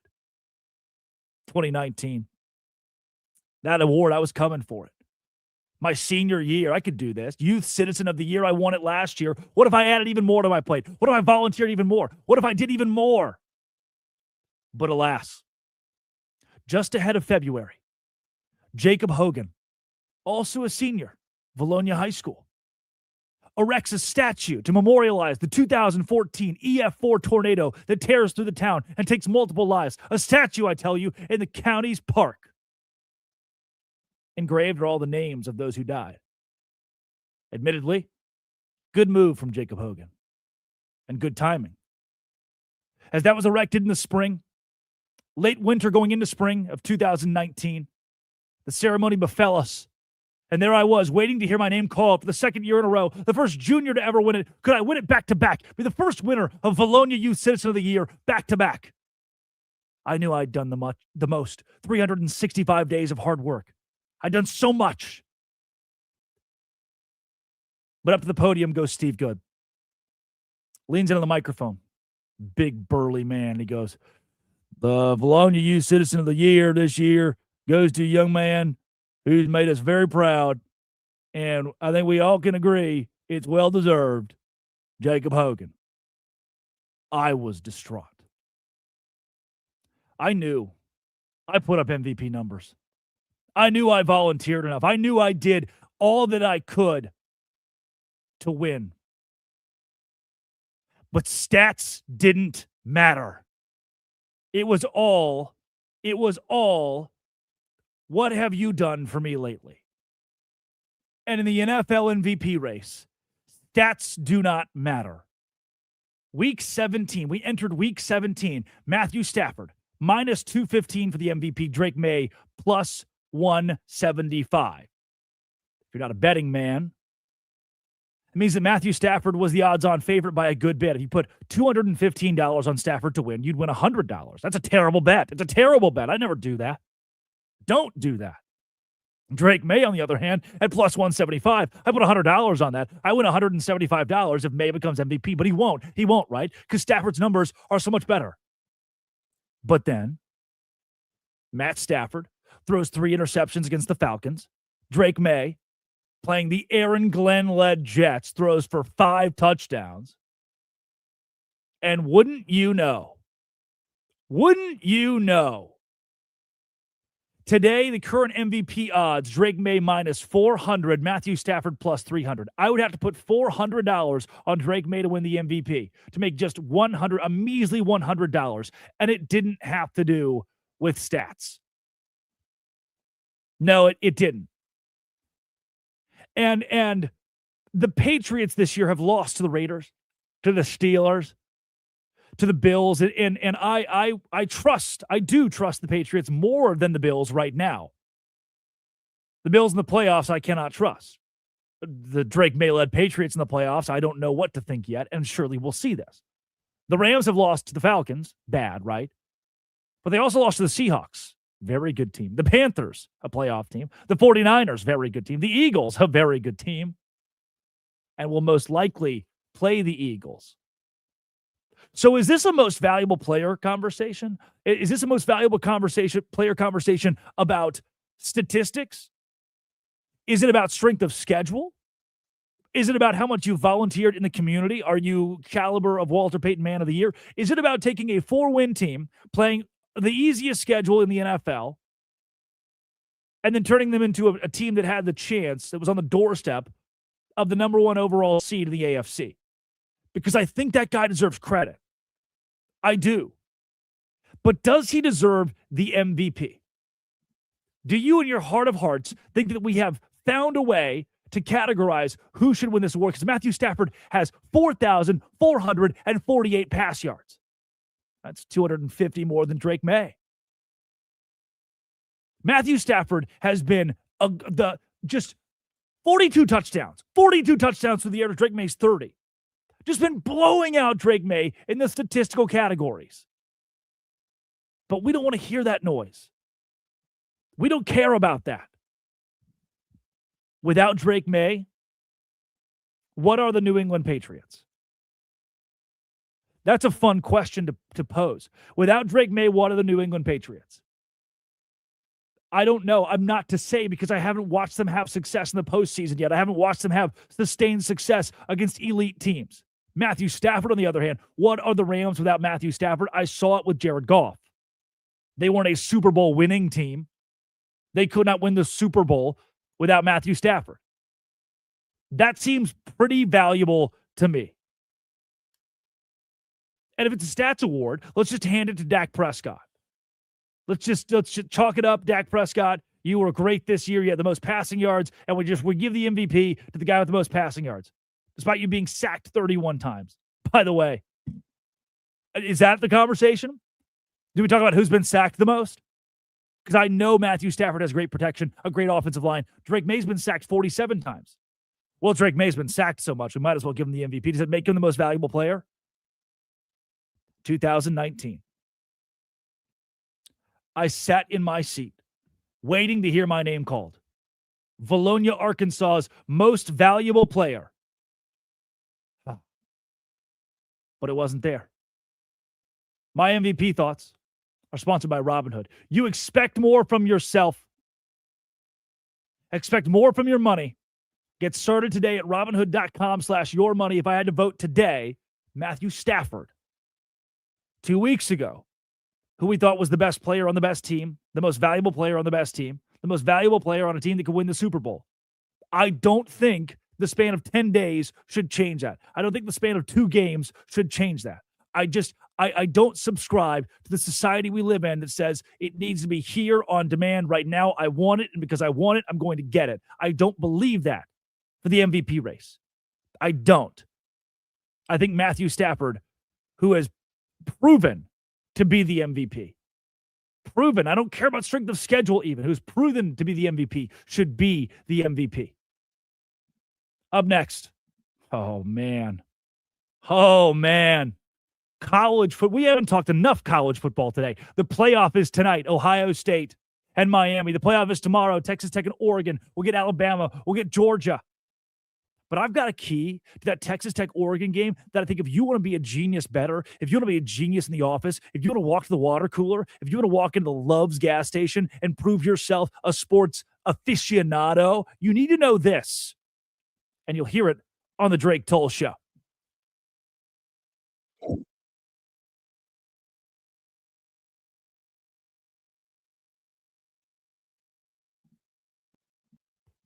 All right, did everyone have fun there?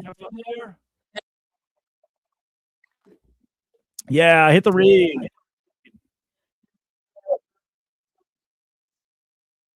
Okay. It-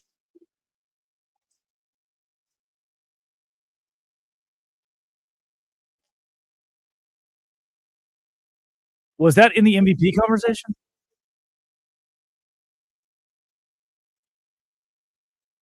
Oh, you wanted me to name the Jaguars MVP as Liam Cohen?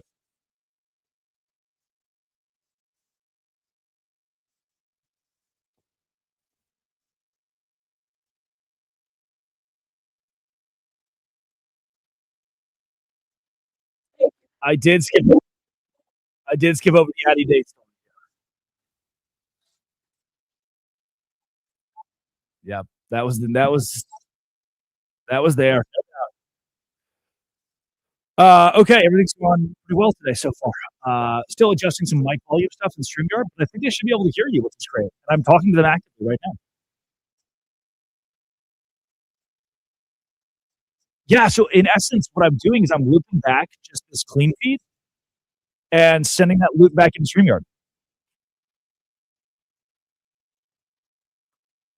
Right. So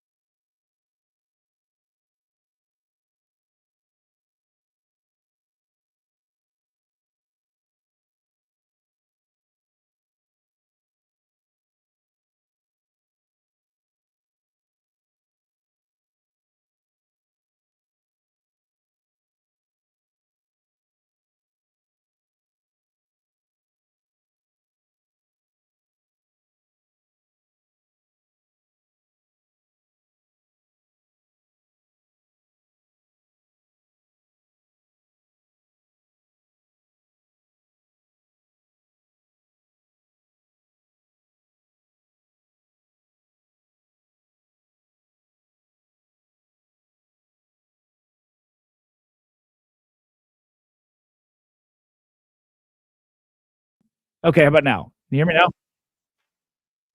No, no, it's not. What?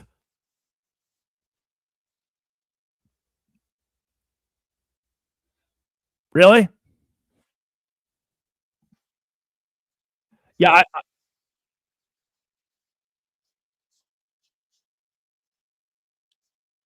Okay. Well,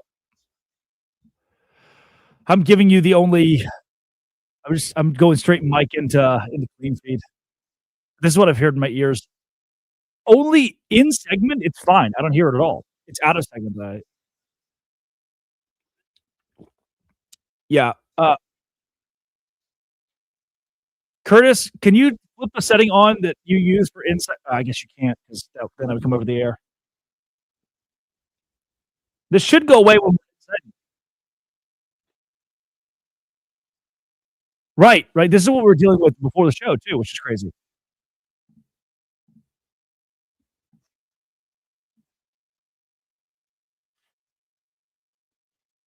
Let me restart again.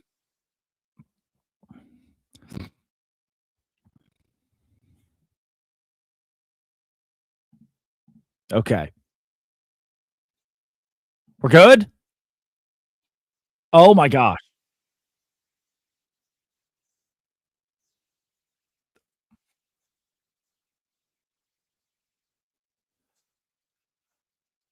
We live in a society. What? How about now? No? Is it good now? Now. Now. Now? I don't know what else to do.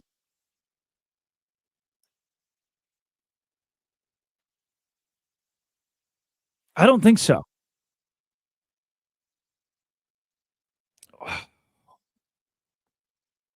We'll find out. If it does, Addy, can you take over here? Great.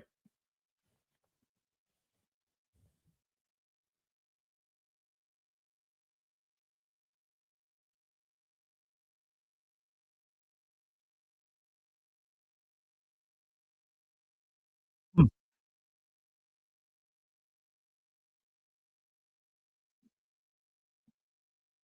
We're back at the Drake Toll Show. Drake Toll with you. You feel it? Let all the curtains be forgot. You are. It's 7:41 Eastern time. You're probably 12 hours away from going to. I don't know if I can stay up until midnight. I have worked my way into a concert this evening, and we will see how the concert goes. If I can stay awake until midnight. But this New Year's Eve will certainly be fun. Addy Bates, producer of the Drake Toll Show. You got me over there, Addy. How's Washington, D.C.?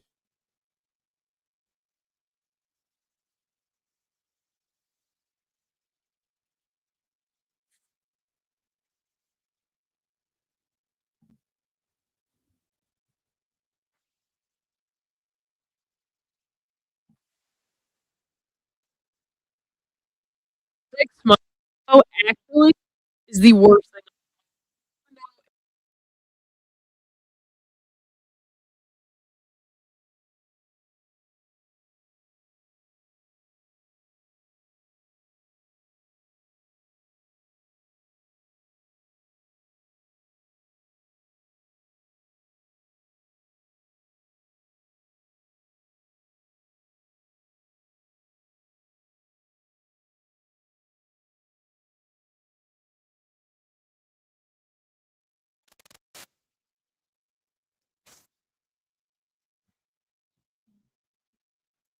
It's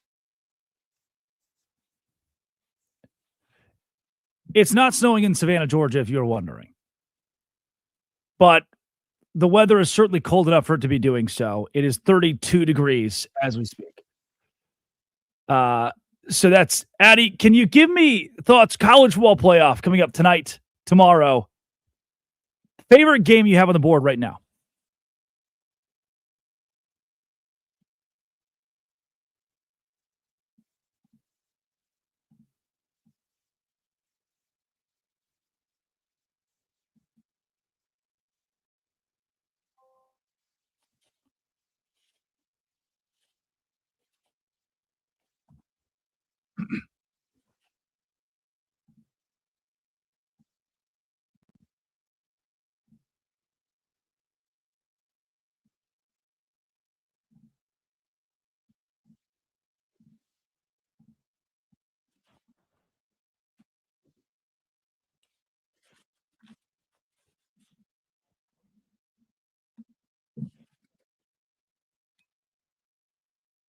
Pretty.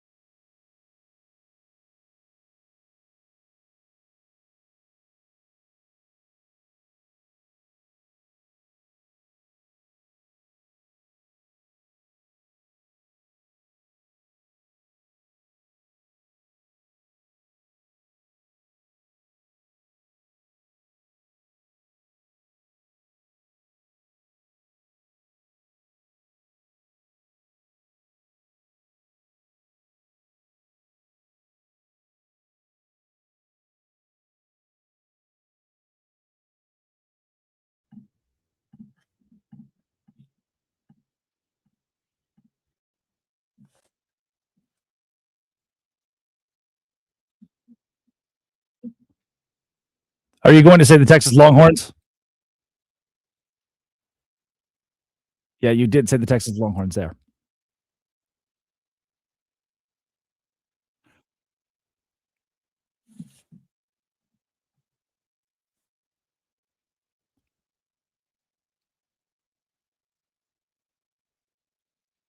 You really? May I, if I may here? Do you really think Miami despite the slog they played against Texas A&M, I think it says more about their defense than it does anything else.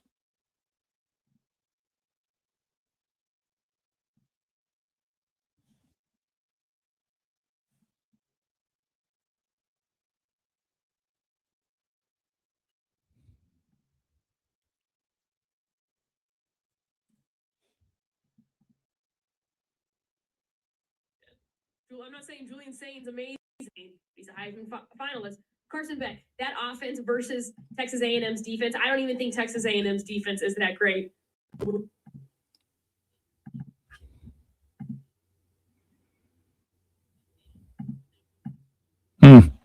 True.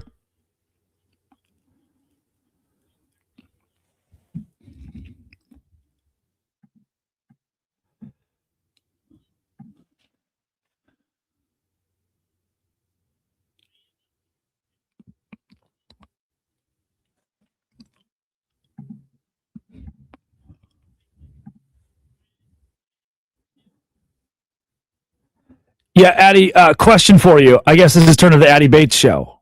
Were you prepared for that? For this to be the Addie Bates show? Yeah, you brought up hockey earlier. The NBA yesterday, and so I thought today it's time to bring Addie Bates in for our college football takes. Last thing that I'll give you here, first time, long time. I'm enjoying your college football takes as knowing that you are not the biggest college football aficionado unless the Texas Longhorns are in the middle of it and you're glued to it. I do know that you've had a very good take about Indiana against Alabama and believing that Indiana can actually, it would shock most casual watchers, but I don't think it would shock you if they actually beat the Crimson Tide.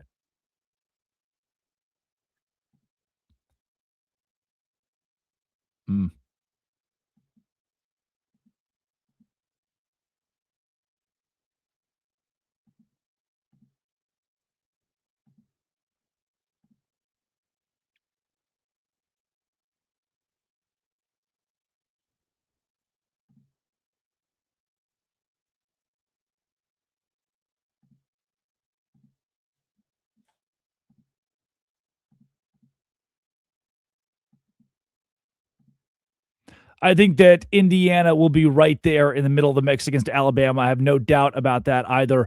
This is an Indiana team that deserves to be number one in the country. They are still undefeated and have proven defensively they're one of the best teams in the country. But I want to go back to a point that you made earlier in the segment about Texas Tech. This is the Drake Toll Show. Drake Toll with you. The Texas Tech Red Raiders are one of the most interesting stories in all of college football. And it starts with an oil baron.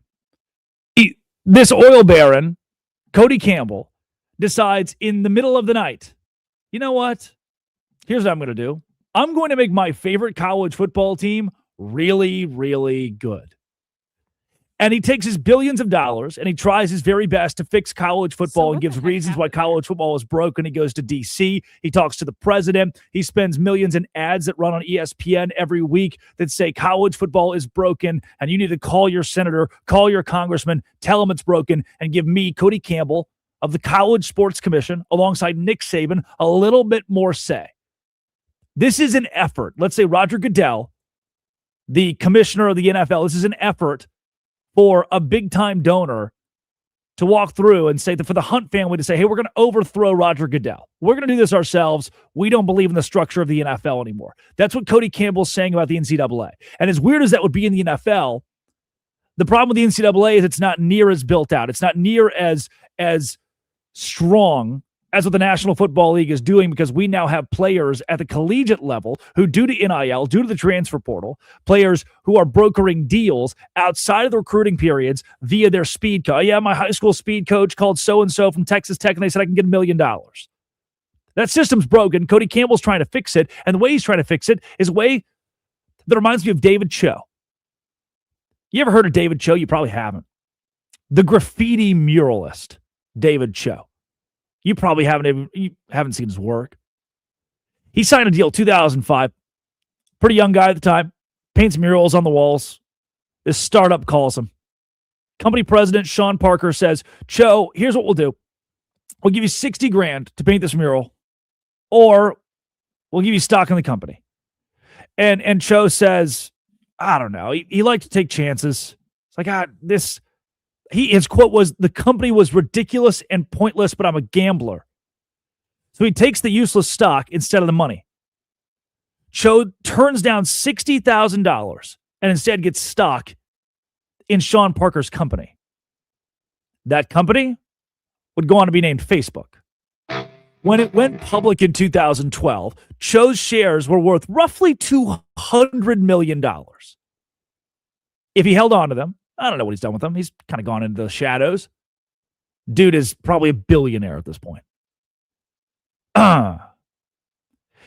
This is a gamble for Cody Campbell, a gamble for an investor to put it into Texas. This is 50 Cent going into the vitamin water industry where everybody else wants vodka. Everybody else wants luxury cars. I'm so-and-so rapper. I have my own vodka. 50 Cent was like, dang, man, not enough people are doing that water. People laugh at like this tough rapper who's promoting this enhanced water. He goes to a parking lot, signs a contract. Like, man, I hope this water thing works out. Coca-Cola bought his water in 2007 for $4.1 billion. Cody Campbell's wondering, what can be the return on investment if I, a billionaire, put my stock into the NCAA? If I, a billionaire, put my stock into Texas Tech? And at the same time, as much as other national analysts, other national voices, you turn your TV on, your radio on, you hear, oh, Texas Tech bought its roster. This is what's wrong with college athletics. When they square off against Oregon at noon tomorrow, what you will see, what you will learn is that Texas Tech, despite what the announcers may say, despite what the sideline reporter may say, is that Texas Tech, who has a high school coach, Joey McGuire won a state championship as a high school coach in Texas 10 years ago, goes to Baylor as an assistant coach, and then Tech says, you know what? Fine. Whatever. We believe. Hire him. They bring on McGuire.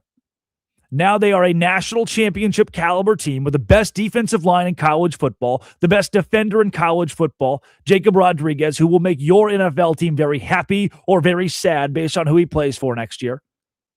Ben Roberts at linebacker standing next to him. Baron Morton at quarterback, Jacoby Williams at running back, Cameron Dickey at running back, a two-headed monster there. Coy Aiken at wide receiver. What Coy Aiken's able to do is take the top off with Baron Morton throwing the ball downfield. What Jacoby Williams is able to do is run for 3 or 4 yards and then 34 yards. As much as you hear about Oregon, as much as you hear about NIL, Texas Tech is taking an uncanny, weird investment from a weird investor and making it work to an extreme level. I think they'll be working at noon tomorrow. That's a great way to make some money. And today, you can help your money even better. Sponsored by Robinhood. If you expect more from yourself, expect more from your money. Get started today at Robinhood.com/your money. Coming up on the Drake Toll Show. Let's talk idiot of the day, and there are a lot of them on the Drake Toll.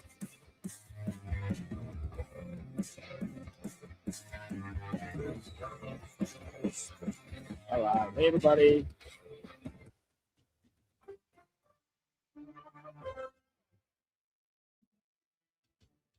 Let's see. Curtis, Addy, could you talk really quick? Check. Yeah, we should all be clear. Okay, so. Oh. For some of these reasons, I cannot hear you. Oh no.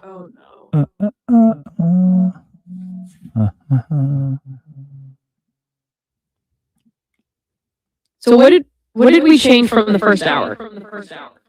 Oh, let me do this.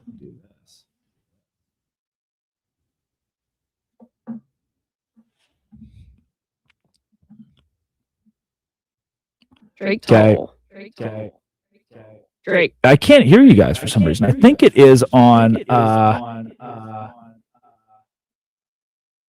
Try again. I think it's on my end based on this. I plugged in a new amp, so I'm trying to get the settings correct. Hello. Check. Oh. I see that I'm back on that delay now. What happens in break? Hello. Yeah. Can you hear?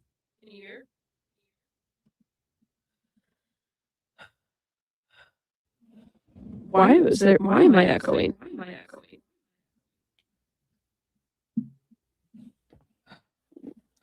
We had a good hour.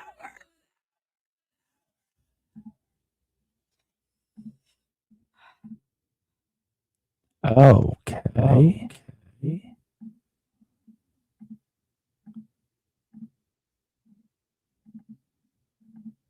Weird. Drake toll. Echo stopped. All right. Echo's gone. All right. Woo! Can you hear us? Drake.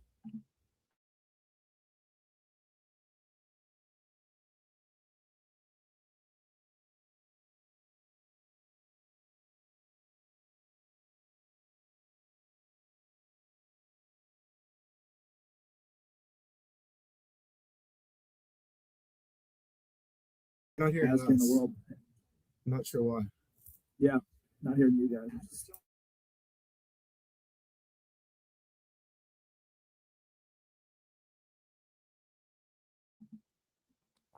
So I got The you only in. thing I can think of is there's a mix minus. Probably setup, needs to there's reconnect back to end. reconnect. But besides that, I don't know what else would be causing it. Oh, I can hear Addie now in the background of your StreamYard. So hi. Yeah, because I have her in queue. That's the only way you're gonna hear right now. He probably needs to reconnect those cameras. Disconnect and reconnect. What did she say? I'm in this StreamYard right now, so he can hear you. But yeah, I don't know. It's This is not we cannot roll with this At all. at all.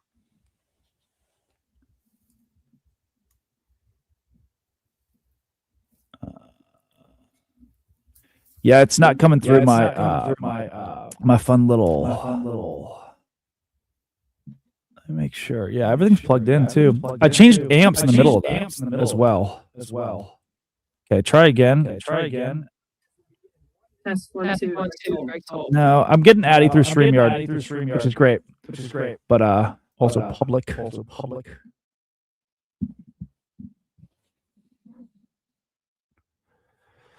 Let me try Test one 1, more 2. thing. there. I have her muted. All right. So that cut out. Test 1, 2. Yeah.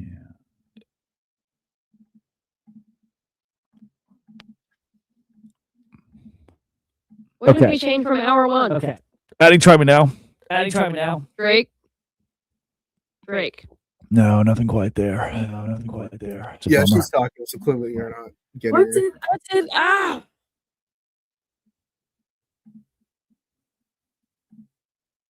All right. Addie, let's see if I got you now. I can hear you. Okay, I got you now. But I think you're delayed. Oh. Okay. At least you're hearing.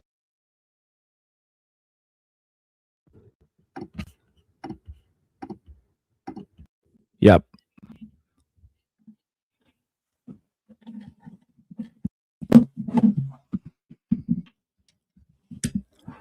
What was that, Addie? I can hear everything now. I'm set up now.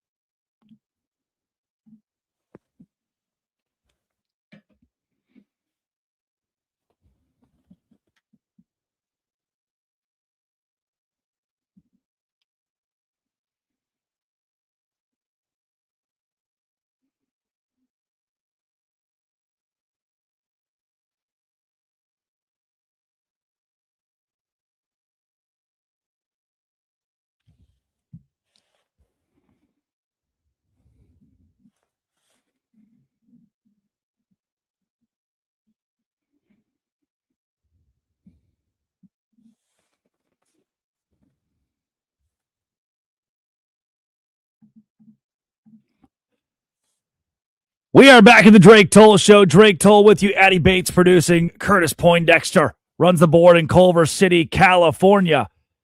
And it's time for our idiot of the day. But today, there are far too many idiots who have existed in the world. And yesterday, Draymond Green said that he doesn't like working on Christmas, which I do feel bad. $350,000 to work on Christmas Day is a very, very tough thing for a human being to do. And my condolences go out to him and his family. Worse, in saying that, he made mention, and this is crazy to me, he said, no one else works on Christmas. Just us, just the NBA players. No one works on Christmas. Wrong. incorrect. He was the idiot of the. Oh, he was so idiot of the day yesterday that I had to bring it back up again today. Lane Kiffin, on this iteration of the Drake Toll Show on Westwood One Sports, has landed him spot on the idiot of the day list. From Ross Dellinger, in an unprecedented situation, 6 LSU assistants are coaching Ole Miss in its biggest game ever. Think about that. This is, let's say you're a Miami Dolphins fan, and in the middle of your postseason run, which I'm giving you the Miami Dolphins fans' thoughts of a postseason run, in the middle of your postseason run, your coaching staff has already been hired to coach the Green Bay Packers next year, the Minnesota Vikings next year, the Seattle Seahawks. And so instead of leaving to go coach the Packers, the Seahawks, your coaching staff decided before the playoffs even began, we're going to bounce. We're going to go over there. We're going to coach over there. But hey, first, would you allow us the opportunity to be the coaches at Miami just for the playoff run? Obviously, you wouldn't do that. It makes zero sense unless you're Lane Kiffin. And that is the case. Ross Dellinger, again, unprecedented. 6 LSU assistants are coaching Ole Miss in its biggest game ever. Tampering is afoot, officials say. Trust is wavering, and things could get weirder. Lane Kiffin may attend the Sugar Bowl with Louisiana Governor Jeff Landry. Walker Jones tells Yahoo Sports, it's unfortunate what has been going on with our players and their former head coach and staff. Having to deal with the pressure of making future decisions while trying to prepare for a playoff run is not a sustainable model. You know that the coaches who are right now scheming as Ole Miss is about to meet Georgia, who coached under Lane Kiffin last season at Ole Miss, who are now at LSU, who are trying to also recruit and prep for LSU, are in the ear of the left tackle, are in the ear of the left guard, of the running back, of the receivers, of the corners, of the linebackers, of the defensive line, saying, hey, I'm going with your former head coach to LSU. Why don't you come with me? Human nature. In proximity like that, it becomes so easy. You could say, well, no, they're probably doing the right thing. They're not trying to steal those guys away. They're probably doing the right thing. If you believe that college football coaches are altruistic, I have mountain property to sell you in my humble home in Savannah, Georgia. It's not the case. Lane Kiffin, what he's putting his assistants through right now from Ole Miss to LSU, making them work 2 jobs, having them in the middle of what could be a very big tampering scheme. And I don't even blame them for the tampering. What else are they supposed to do? They're current coaches at LSU trying to win a national championship at Ole Miss. Obviously, they want the players they've coached to a possible national championship to be able to move over with them at LSU. I struggle to blame the kids in that scenario, as I usually struggle to do in these situations. That is, blame the kids. I don't. This is, to me, poor leadership. Poor leadership from Lane Kiffin. Ambrose Burnside, U.S. Civil War, Union. Told you I was a history minor in college. This is a history-filled show to finish out 2025. He was kind and well-liked. Kiffin, well-liked by the public in that he's hilarious, right? You open his Twitter, and he's posting something cryptic yesterday about how there's someone who you've lost the love of your life over the course of the last year, and if you want them back, post this, break non-contact to post this. It was a cryptic, weird tweet. Ambrose Burnside, well-liked. A general who is painfully aware of his own incompetence, but was forced to command anyway. He's like, I'm not, come on. I'm a good guy. Please don't do this to me. It's like Lane Kiffin. I'm a good guy, everybody. Come on, I'm a great guy. It's Stefon Diggs. I'm a great guy. Don't do this to me. Battle of Fredericksburg, 14 consecutive frontal assaults against a wall. Confederate sharpshooters picking off the Union. Battle of Crater. This guy, Burnside, he oversees a plan to blow up Confederate lines. He says, we're going to blow up Confederate lines. We're going to build a hole, the Union is, and it will explode, killing the Confederates. This turned into what historians know as I learned in college, a slaughter pen, because his own troops got stuck in the hole. He is the namesake of Sideburns, which is maybe his only successful contribution to history. He's like, guys, please, I don't know how to do this. And that's what every Lane Kiffin interview has sounded like when he's talking about his staff. He's like, guys, I don't know how to do this. Make it stop. Make it end. Lane, you can make it end. idiot of the day. The Chargers, the Los Angeles Chargers, are also in this conversation. Remember when Jason Witten played for the Raiders? The Chargers posted on Twitter yesterday, closer to Canton. Just one step closer to Canton. And you'd wonder, who is this player the Chargers are excited about being a finalist, a candidate for the Hall of Fame? Well, wouldn't you know, it's Drew Brees. I read the book. I read Drew's book. He admits his life with the Chargers was not rosy, wasn't very clean, wasn't very easy for him.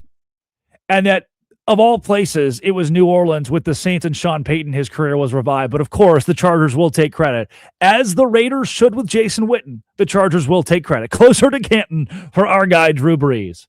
Couple seasons there. They ship him off. Phillip Rivers becomes the guy. And you're wondering, why would they ever have the gall to claim Drew Brees? All-time Cardinal great, Emmitt Smith. Closer to Canton, baby. Joe Burrow, the Ohio State legend. Closer to Canton. 41-year-old Doug Flutie, who is in that fold with Drew Brees, replaced Drew Brees for the Chargers. Writes about that in his book, by the way. Doug Flutie, we all know Doug for his legendary moments with the Chargers, don't we? Why? You just, in a world where you don't have to post that graphic, don't post that graphic. Kevin Patullo. Oh, the offensive coordinator of the Eagles. I mentioned yesterday that there's no fan base who hates their successful winning head coach more than Eagles fans hate Nick Sirianni. And if they hate anyone more than Nick Sirianni, I got a scathing text from my boss with the Savannah Bananas, who is a diehard Eagles fan. He's from South Jersey, about the offensive woes of Philadelphia, Patullo's fault in that, and a Patullo press conference clip is only giving me less and less hope that the Eagles have any hope of him being the offensive coordinator next year, and that probably makes you excited as an Eagles fan. Here's what Patullo had to say.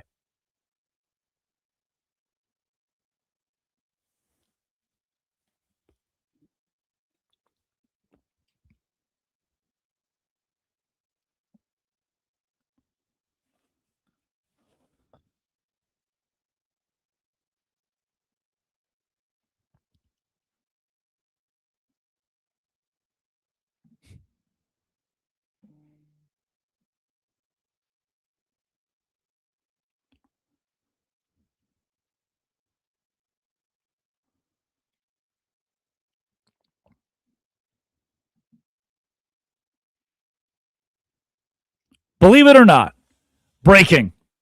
Offensive coordinator says offense is hard to run when we keep going backward. We're looking at the tape. We are watching the tape as we speak, which, by the way, I'm not really, you're at the podium. I'm not sure you're watching tape. That's a semantic. That's a little bit too far for our idiot of the day. He said, I want you to look at it.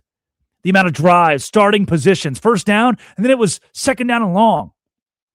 Inefficient plays. Then it was third down and long. Then it was fourth down and long. And man, going to be hard to move the ball. That's what I, as a fan, would want to say. That's as I as a fan, am looking at the game going, a casual viewer. That's weird. On first down, it was 1st and 10. Second down was 2nd and 15. Third down was 3rd and 20. That's probably bad. Going to be tough to move the ball.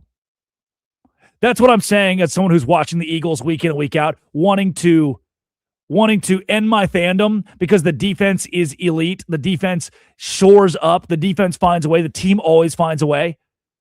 You're incredibly frustrated with Jalen Hurts, who's probably incredibly frustrated with Patullo in the offense. You're incredibly frustrated with Nick Sirianni.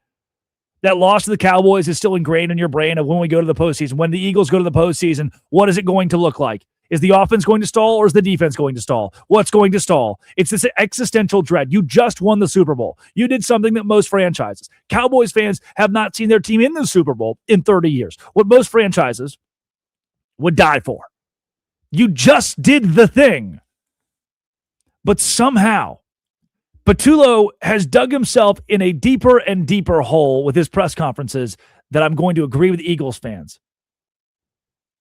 That somehow, some way, gosh, for a team that won the Super Bowl, continues to churn out wins this year, and will be in the Super Bowl conversation once again, you need an offensive coordinator who's not saying, yeah, I mean, we watched the tape and we're pretty much moving backwards consistently, and we need to fix that. 3 halves this season, 3 halves of football where you throw for 0 yards or fewer. You would think it's impossible to have the or fewer addendum there, but it's not when Kevin Patullo is your offensive coordinator. You got to be honest. You got to be real with yourself. Patullo isn't great. My favorite quote, that wasn't even my favorite quote. I loved that one from the press conference because it was just him going, yeah, you know, we've been going back a lot. We've been losing a lot of yards. So, yeah, that's probably the issue. My brother in Christ, you are the issue. You're the guy who has the ability to fix the issue. And so then my second question to him would be, hey, Kev, what does the play calling look like? Kev, if you're getting idiot of the day, what does the play calling look like for you in those situations? This quote, incredible. There was a couple plays we were just running to run it. After he's asked if he's been running the ball on unfavorable looks, there were a couple plays where we were just running to run it.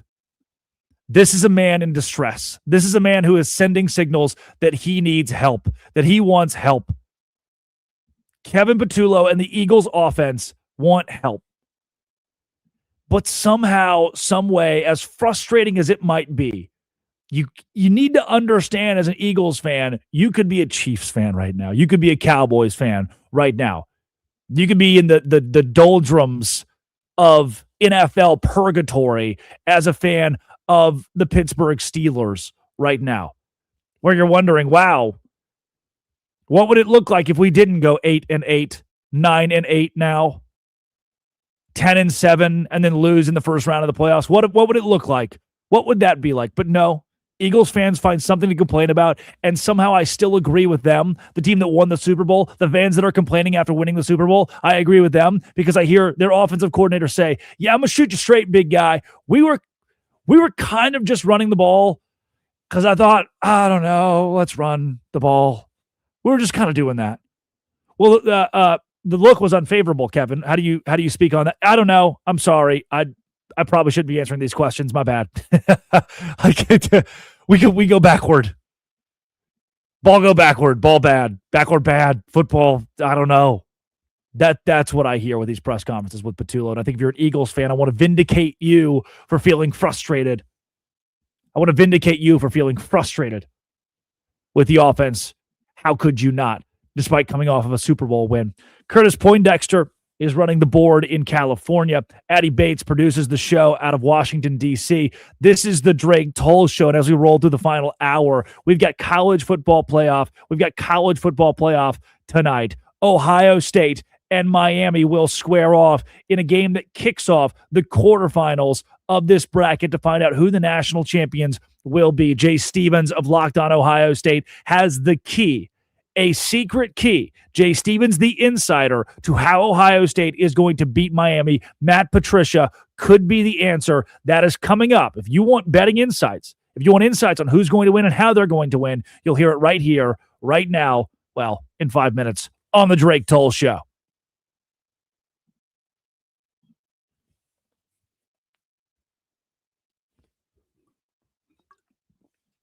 Okay.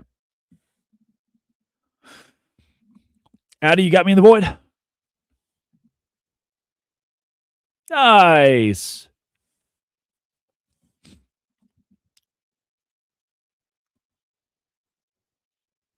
Yeah, I don't think so, but it works now. So, also, we have Jay in the StreamYard. Do you want me to pot him up via loopback or have him call in, Addy and Curtis?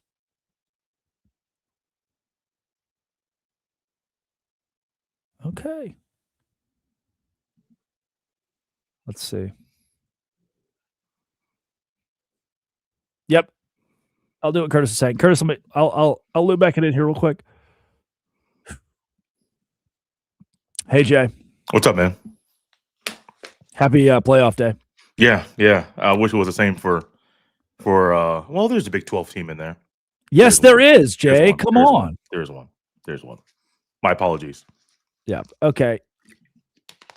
I'm potting them up right now. Haven't potted them up yet.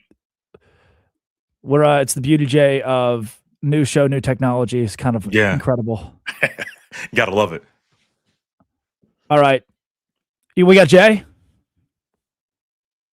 Okay. Yeah, Jay, we've had some incredible like delay issues from my mic, so I hear myself a second later in my ears. Legendary, right? Ooh, man. That's rough. Yeah, no doubt. But as long as you can't hear a delay, then we're good to go. No, we're good. We're good. All right, sweet. How much do you love Matt Patricia? A lot. Yeah. A lot. That was the case. Yeah. So we'll get into I'll play a little bit of the Miami side here. Obviously love their D-line. Malachi Tony is a stud. Yeah. And so we'll go from there. Sounds good to me. We'll make it work. Yeah, no doubt. All right. I want to pop you out for 1 second, get with our producer, and I'll pop you right back in. All right. Addy, we're good to go with all that.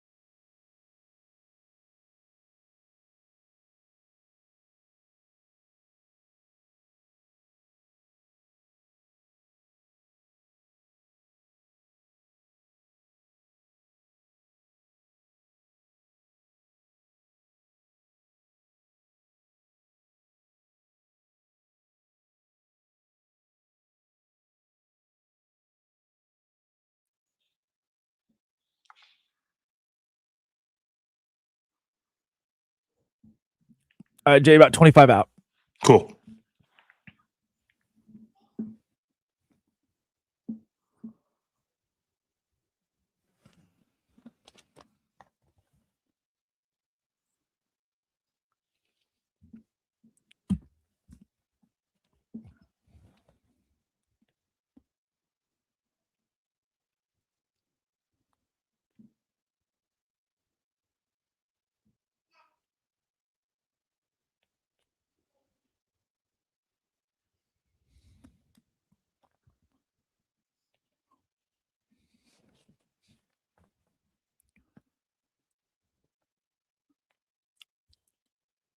It is the Drake Toll Show on Westwood One from Sacramento, California, Milwaukee, Wisconsin to Miami, Florida, Boston, Massachusetts, everywhere in between, Dallas, Texas.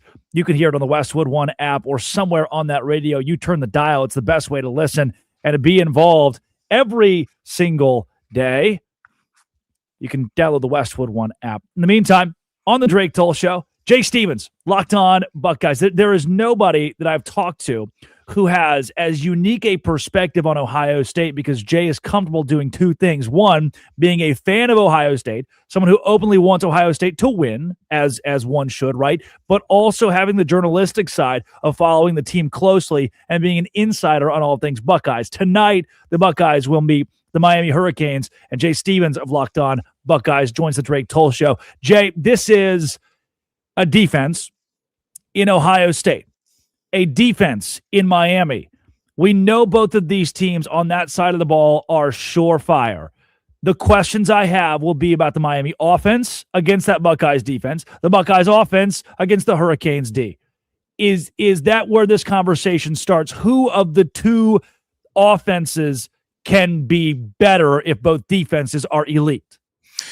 I think you have to get a nod to Ohio State's offense, correct? Because of how they've played most of the season. Yes, they had a blip and a really poor showing in the Big Ten title game, and Ryan Day realizes that there are some things that he could have done differently in coaching and the game plan. And you got early signing day. Hartline is getting a new job. There's a lot of different things going on behind the scenes that impacted the game plan for that day. But Ohio State's offense has been very, very efficient and very consistent all year. Now, the issue you have is Ryan Day's calling plays for the first time all season. That was Hartline's job previously. And so while Ryan Day is a great play caller, one of the better offensive minds in the sport, nobody knows how he's going to utilize these weapons tonight. And so while I do give the nod and think Ohio State's offense will be better than Miami's tonight against the opposing defenses, there's still a little wild card about how Ryan Day will utilize his mind with the weapons that Ohio State has. Ruben Bain, Malachi Toney, 2 stars, different sides of the football for Miami. When I look at this game, I personally feel as though neutral site, the Hurricanes are being disrespected by the opening 10-point spread. Now the 9.5 point spread that Las Vegas has it at. I foresee these two teams playing a much closer game than that because of the star power. I get it. They lost to Louisville. I get it. They lost to SMU. In the same way Ohio State won a national championship last year and lost to a Michigan team that was middle of the pack in the Big Ten. There are good teams, elite teams even, that are losing college football games in today's era of the haves, of the top 20, 30 programs that can pay to have elite defensive lines or elite wide receivers or an elite this or that to keep them in games. I don't dilute Miami's season because of their losses, and I do think 9.5 is way too many. You know, I'm there with you. I granted I say that, but I think the game's going to be a 10-point win for Ohio State. The spread to me, though, was odd when it first opened up, and I'm thinking, is Miami being disrespected, or are we not giving Ohio State the credit they deserve? And I don't know. Because coming off that loss to Indiana, you played a team with a really good front in the Hoosiers, and Ohio State struggled the entire game to figure out a way to overcome what they were doing. You played a quarterback in Mendoza who won the Heisman that made plays when he needed to make plays. And so when I think about what we just watched, I could be sucked into what just happened. What have you done for me lately? And forget about the previous 12 games where Ohio State's offense and defense, outside of the Texas game, did pretty much whatever they wanted to do.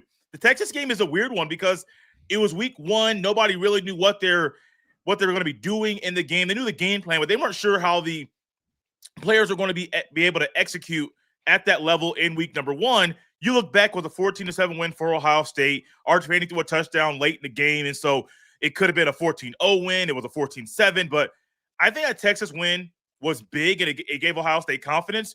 But Ohio State really hadn't played teams that has talent of this caliber all season, which makes me wonder what Vegas knows. Like, what does Vegas know about this Ohio State team and this Miami team that maybe the general public and even you don't really get? I don't understand the spread. I know why my brain thinks that Ohio State wins by at least 10 points.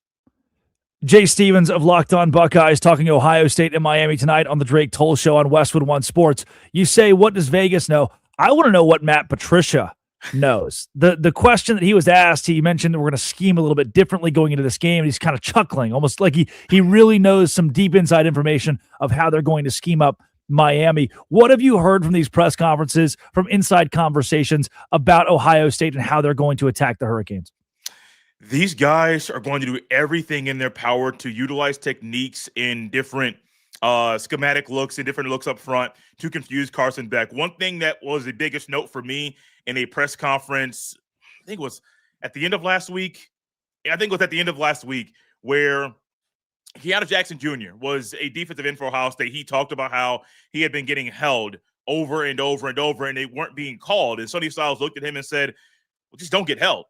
Change your technique, do what you got to do so you're not getting held. So I think Patricia is fine-tuning the technique of the players. So if holds aren't called and if there are some things that are missed, and it could go both ways. Like holding calls have been missed in the Big Ten all season long. But if there's a scenario where Ohio State players are getting held or certain calls aren't being made, he's going to try to just do different things to confuse Carson Beck. I've tried to give Carson Beck a lot of credit where I used to think he was a bad quarterback. I think he's a good quarterback, but makes a lot of occasional bad mistakes, and some good quarterbacks make occasional bad mistakes.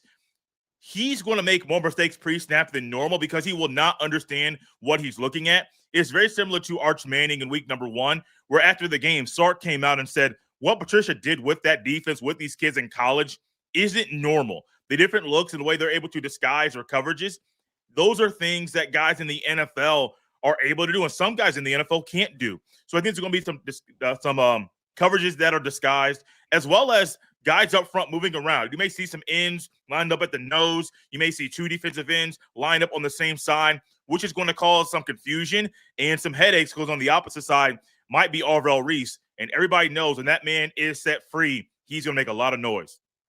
I am fully confident that Ohio State, against inferior competition offensively, can do what they want. You mentioned that a second ago.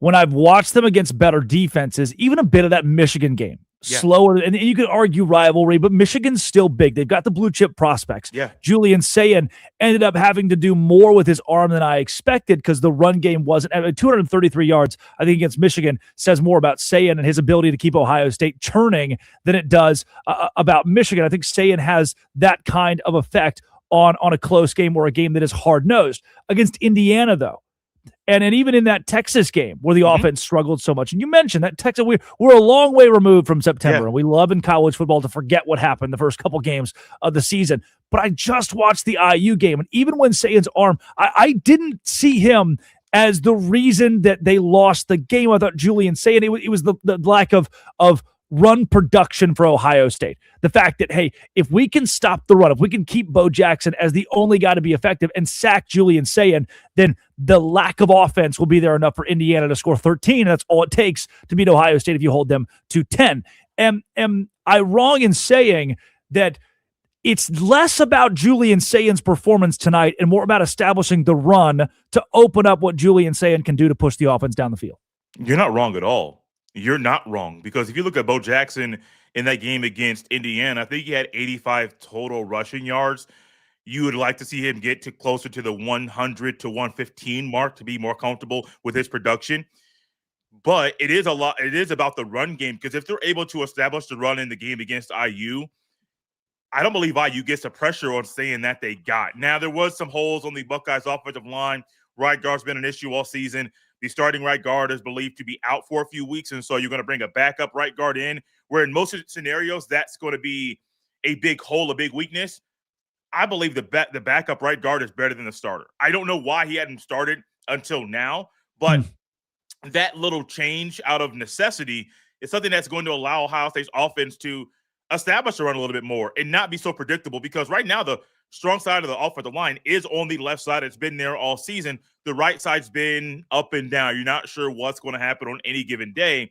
When you get that right side solid, now Miami cannot figure out by a look at Ohio State's formation what side of the line they're going to run to, which provides a chess match for Ryan Day. The one thing that I think is going to be a little bit different for Sayin and the run game this week or tonight is that I don't think Ryan Day is going to go very, very slow with the offense. It has been sometimes boring to watch this offense move while they're scoring 35 to 40 points, because they're moving so slow at my grandma's pace, and nobody likes a football offense that's moving at somebody's grandma's pace. Well, Ryan Day is going to get out there. He's going to try to figure things out very quickly and attack the safeties through the air. But once you establish a run, attacking the safeties deep with Jeremiah Smith and Carnell Tate is huge. And so I do think in this game, it does go back to the run game, a reconfigured offensive line out of necessity. And those two things will help Julian Sayin settle in and be the quarterback he needs to be. Before we get you out of here, Jay Stevens, Locked On Buckeyes on the Drake Toll Show, Westwood One Sports. for Ohio State. This is historic. 8.2 points per game. First team in the Division I era to hold their first 13 opponents to 17 points or less. I think Caleb Downs is the most dynamic player on defense in college football. I don't know if I can say best, but most dynamic, no doubt. Jeremiah Smith, maybe the best offensive player in the country, all put together in what he's done in his career. And again, if you're listening from California to South Georgia, that's the stat you bring to the water cooler. Ohio State, the first team in the Division I era, holding each opponent, their first 13, to 17 or less. Incredible what the Buckeyes have done. But this game's going to feel different. I want to go in a different direction other than defense and offense and the future of college football. They'll play in a venue that neither team is close to. They'll play in a venue where you're looking around thinking, okay, the upper bowl in that section is kind of empty. Like, we don't really feel the oomph of a home playoff game. We don't feel the oomph of even Miami, who went on the road to play A&M and got that kind of environment. I hate that in the biggest games of our sport, we don't get the biggest and best crowds in our sport. I don't know if it has an effect on this game, but I think it has an effect on the future of college football. I think it does have an effect on this game Really? and the future of college football. Oh, yeah, because if you think about this game 20 years ago, 25 years ago, let's say Miami's heyday, and it happens to be in Jerry's World and at AT&T Stadium, Miami fans are traveling a whole lot more. Yeah. And Ohio State travels a lot, but where you currently are in this sport, generally the biggest brands have the fan bases that travel the most. Miami's not the brand that it used to be. And so I do think it impacts this game because tickets are a little bit cheaper. Ohio State fans travel very well. The fan base in Ohio State and the alumni, there's a big alumni base right there in Texas around the stadium. So I do think it does favor Ohio State where the venue is, even though it is far away from home.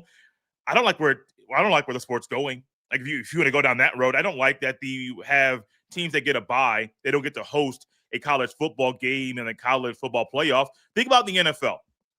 If you allow a team to get a bye, I think only one team in the NFL gets a bye now in the playoff per conference. And you say, hey, you get a bye, but you don't get to play at home in the next round. Everything else is going to be neutral site. NFL owners would riot. They wouldn't allow that to happen. I don't understand why conference commissioners who have so much power and run so much of the sport don't stand up and say, well, our schools that are inside of our conference, they want these games played at home. We're going to stop this until, wait, they're the decision makers. They're the ones that are putting this playoff together and getting the venues together. I understand trying to keep the bowl system, but when you're representing 18 teams in the Big Ten football conference, as Tony Petitti is, and he doesn't represent all 18 teams with what he is saying in these meetings, I think sometimes he's doing the other schools a disservice by not pushing very, very hard to get these games on campus. Think about it. Ohio Stadium, one of the best venues in the sport, a great home field advantage. LSU, Death Valley, great home field advantage. You can go down to Athens or Tuscaloosa, go to Eugene, Oregon. These are great home field advantages. And even Indiana's not one of the bigger brands in football. That's a great home field advantage. There are teams right now playing in the college football playoff that have earned a bye that because their the conference commissioner isn't pounding the table for home playoff games in the quarterfinal round, they got to travel. Indiana's going to L.A. Ohio State's going to Arlington, Texas. Those teams have earned the right to get a bye in the playoff, and they should play the game at home. But these commissioners are thinking differently than what the big brands in their conferences are thinking. These brands, Ohio State, they bring a whole lot of money to the conference. How about you do some things to help them out so that maybe a Michigan or maybe a school down the road that gets a bye, they can also reap the reward of playing a home playoff game after earning a bye in the college football playoff. I don't know where that rent came from. I've been annoyed by this stuff for a very long time, but I feel like something needs to change in college football so teams are rewarded for their work in the regular season. You hit the nail on the head. Imagine they played Baltimore and Buffalo in the postseason in the NFL, and they decided to do it in Pasadena. It would make zero sense. No one would want that, namely in the quarterfinals. Like you still like we've got so much left to go. That why are we doing this? I don't get it. I think it needs to change. What doesn't need to change is Jay Stevens hosting Lock On Buckeyes. He is the expert on all things Ohio State at JStevens07 as well on social media. Jay, thanks so much. Thanks, Drake. When we come back on the Drake Toll Show on Westwood One Sports, let's give you the latest in Weird Wednesday. That's right. There are some odd things happening across the country right now that I think you need to know about and keep an eye on. And I'm going to give you the inside scoop on those, as well as, and here it comes, a synopsis, and very brief synopsis, on all the college football playoff games and bowl games coming up today and tomorrow, how to watch those, how to bet those, how to best consume those, and how to be a genius at your party you go to tonight on New Year's Eve. That is coming up next, but this is the Drake Toll Show.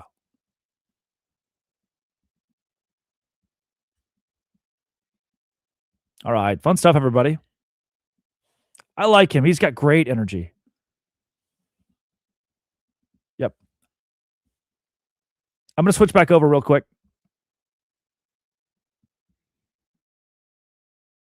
Instead of loop back, I'm going to throw my mic into...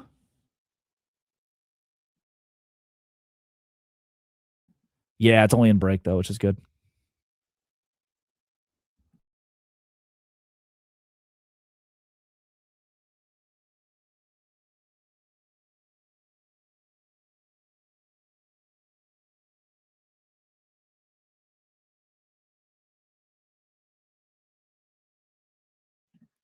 Yeah, how about the Arch Manning there? Come on.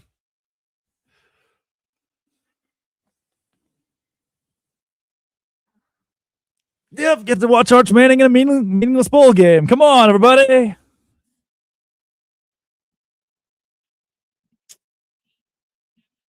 What? You want to be an optimist at 8:37 in the morning? Good start to the day, my ass. I'm not here to butter your biscuit.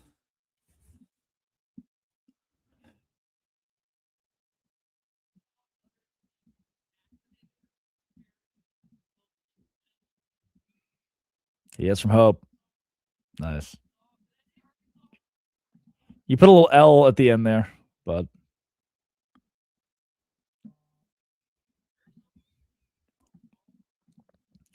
Marlboro.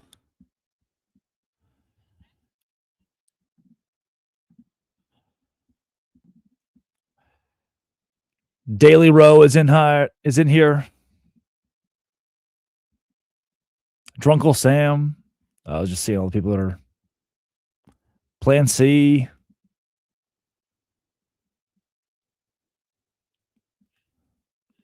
Heck yeah.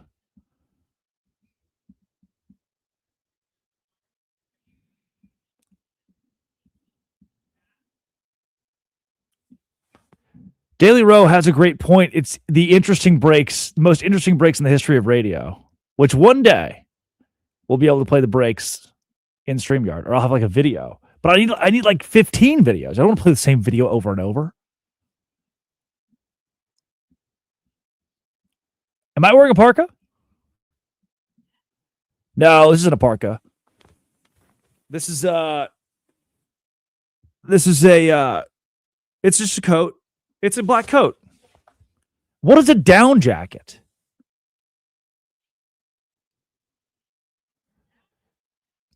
No. Never worn it. I've never heard down jacket before. I'm going to Utah in January. I'm going to see BYU play a top 10 game in basketball.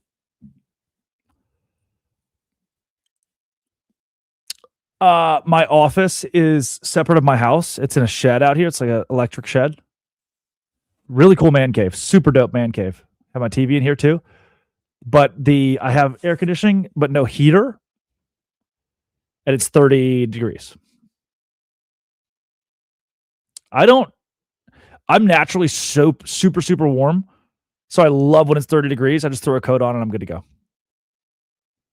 Also, I'm used to like studios, TV shows being freezing.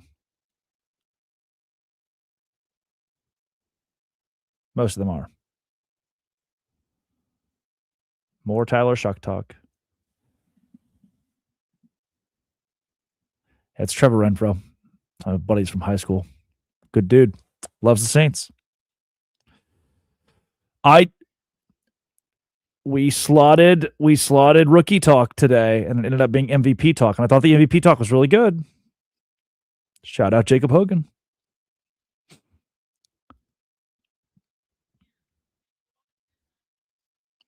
They can't hear you, but she said we're going to do it. Producer saying we're going to do Tyler Shuck Talk on Friday.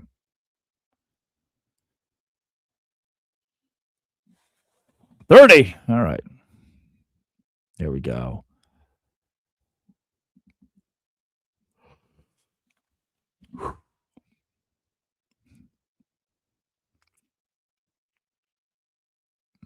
Iowa, Vanderbilt, Arizona State, Duke. 10 seconds, 10 seconds.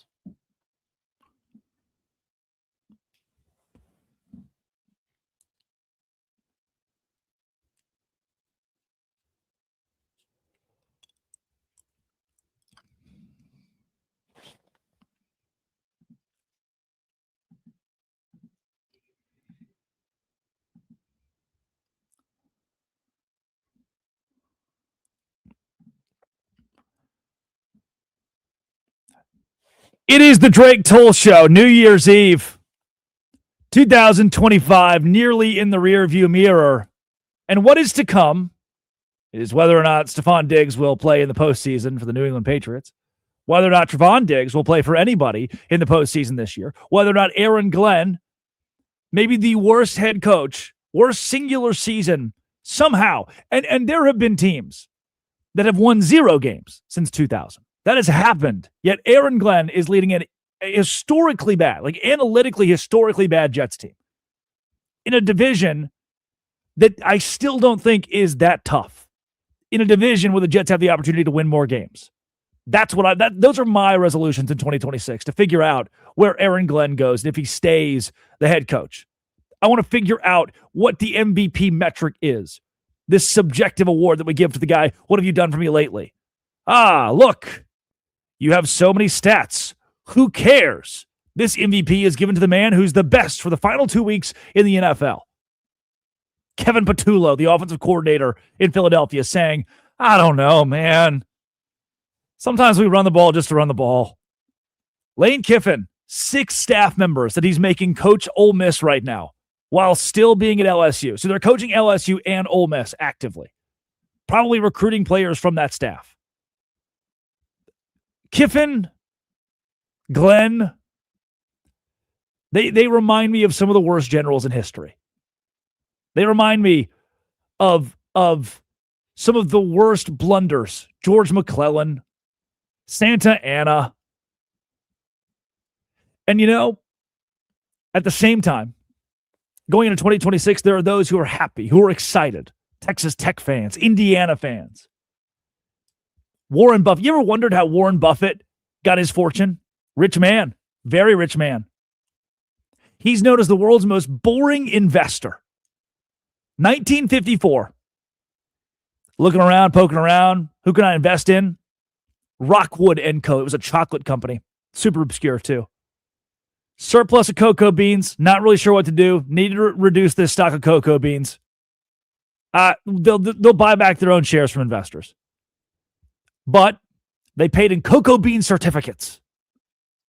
Warren Buffett, this is great. Warren Buffett spends weeks he's just buying shares of the company. Just so then he can trade his shares of the company for ship them to me, physical cocoa beans, 1954. And as a result, this is nuts. Warren Buffett, genius. He would sell these beans on the commodities market for a higher price than he paid for the stock. Makes a profit, and becomes a chocolate bean middleman. That's Cody Campbell, the billionaire donor at Texas Tech, who has facilitated one of the best defenses in all of college football, saying, you know what? I'm going to invest in the cocoa bean.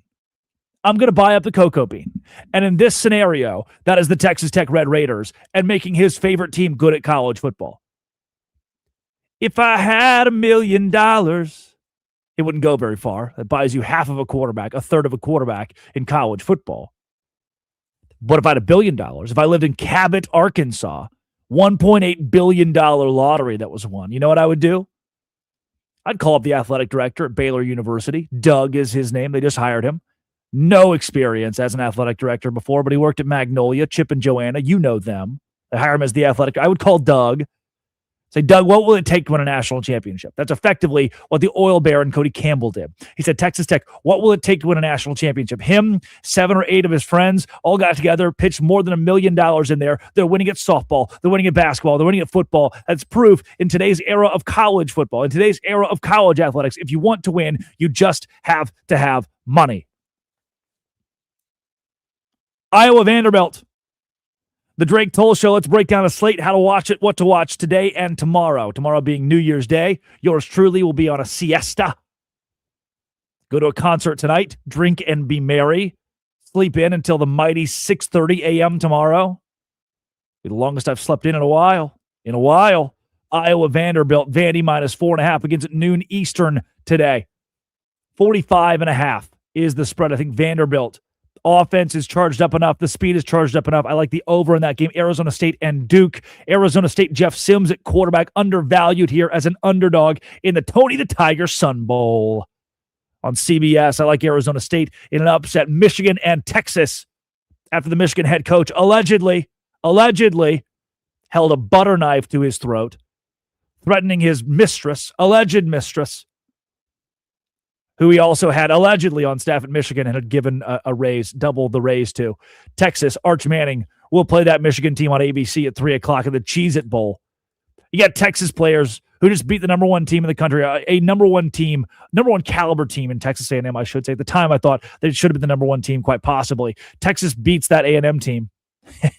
And now, a couple weeks later, they're making TikToks of the Cheez-It Bowl. I think they'll win against Michigan by more than 7 points. That's too few. Utah and Nebraska, despite the opt-outs, despite Kyle Whittingham not coaching, despite everything that Utah is going through, Dylan Raiola at Nebraska entering the transfer portal, Matt Rule at Nebraska trying to piece together that program. I already told you earlier, Lincoln Riley at USC having some serious issues. We have to remember, we have to look at it. Matt Rule, as somehow, because Nebraska has sucked so hard for the last 10 years, he has convinced you he's a good head football coach at Nebraska. He was 7-5 this season. But he went to a bowl game. He did, which is very hard to do at a school that sells out every game and has some of the best resources in all of college football. He went to a bowl game. 7-5, Nebraska.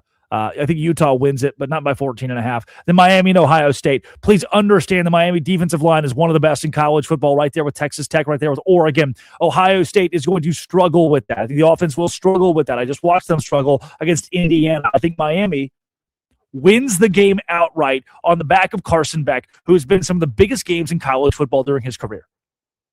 After what I saw against Texas A&M, the offense wasn't great, but the defense was so good. I just need Carson Beck in Miami to score 17 points. 20 points. Ohio State has not allowed more than 17 all year long. I think Miami hits that mark tonight, 17-14, classic snoozer. You're going to watch this one and then right after, forgotten. Happy New Year. Miami wins it. You place that bet, they're 9.5-point dogs. You place that bet, it hits, we're all going home rich together. Happy 2026. Pour me another drink. Oregon, Texas Tech. The Red Raiders in an upset tomorrow.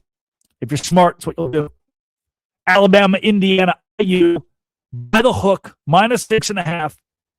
Hoosiers, 14, Windiana. Over Alabama to a 4-loss team. We have 4 lost teams in the college football playoff quarterfinal. Sickening. Ole Miss, Georgia. The coaches at Ole Miss told me, and you, they told the public this week effectively, please do not trust us to win. Do not bet on us to win. We're not going to win. We don't know how to. All of our coaches are too focused on LSU. Do not put stock in Ole Miss in this game. Georgia minus 6.5 is the play. Ole Miss missing its head coach. Ole Miss relying on assistant coaches who are too distracted to be focused on Ole Miss. Give me Georgia. Give me Georgia big. That minus 6.5 is not enough. The Bulldogs will win. I'm Drake Toll. This is the Drake Toll Show. And it's time. Weird Wednesday. One of the strangest things that I've seen comes out of Disney World. The Disney adults are something that I don't subscribe to, and I've always kind of been confused about. But I'm watching a video yesterday on Twitter, and this is one of the weirder. Scott Gustin posts a clip. It's from the Indiana Jones attraction at Disney World. You know the one where the ball drops and the guy runs around and he has to run away from it. Did you know that big rubber ball that he's running away from is actually 400 pounds? You would think, I thought it was just a massive medicine ball. One would believe that's probably what Disney is using because that would be safe and light. Maybe add a little bit of helium in there to make it floatable. 400-pound boulder prop, and it dislodged on this weird Wednesday from the track.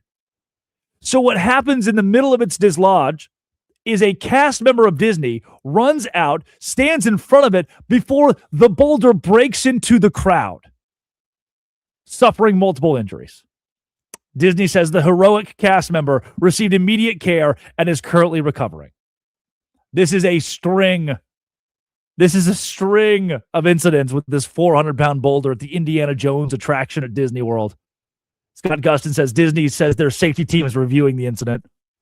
The 400-pound rubber ball prop is used to recreate the iconic opening from Raiders of the Lost Ark, where Indiana Jones triggers a trap and outruns a massive rolling boulder. Hey, maybe get a lighter boulder. Doesn't need to be 400 pounds. We can work on that. Weirdest story from the last 48 hours. Babysitter in Kansas. Babysitter in Kansas. Checking out a little kid. Kid says, hey, I think there are monsters under the bed. I'm scared there might be ghosts under the bed. Babysitter does what babysitters do. I haven't babysat, but here's what I would do. I would look under the bed and I would say, hey, no monsters there. Babysitter in Kansas looks under the bed to prove there are no monsters. 27-year-old man. Hiding right there. Legendary. The article actually doesn't give a result of what happened here. It could have been very dour. I'm not sure. But I find it spectacular that a kid, as kids do, says, are there monsters under my bed? The Kansas babysitter pokes under the bed. 27-year-old man. Drunken raccoon rampage. Virginia liquor store. Raccoon broke in, broke multiple bottles of liquor, was intoxicated, passed out on the bathroom floor. That's where they found the raccoon. From all I've heard right now, the raccoon is still living and with us. Crazy story to tell his raccoon friends, too. And finally, stuck squirrel. Firefighters in New York had to stop their work yesterday to rescue a squirrel with its head stuck in a drain hole in a dumpster. A drain hole found its way to a dumpster because human beings are weird. And a squirrel found its head stuck in that drain hole in that dumpster. If you ever feel like you are a squirrel with your head stuck in a drain hole in a dumpster, you probably are. But luckily, that's what today is for, to put that behind us in 2025 and move into 2026 and be a perfectly fine squirrel who no longer has their drain hole around their head. Plenty to watch, plenty to love in college sports. The college football playoff on its way today. Ohio State and Miami. In the meantime, plenty of bowl games as your appetizer. Addie Bates produces from Washington, D.C. The best name in the industry, Curtis Poindexter, runs the board in Culver City, California. I'm Drake Toll. This has been, it always will be, on Westwood One Sports, The Drake Toll Show. Bye, StreamYard. Love you. Mwah.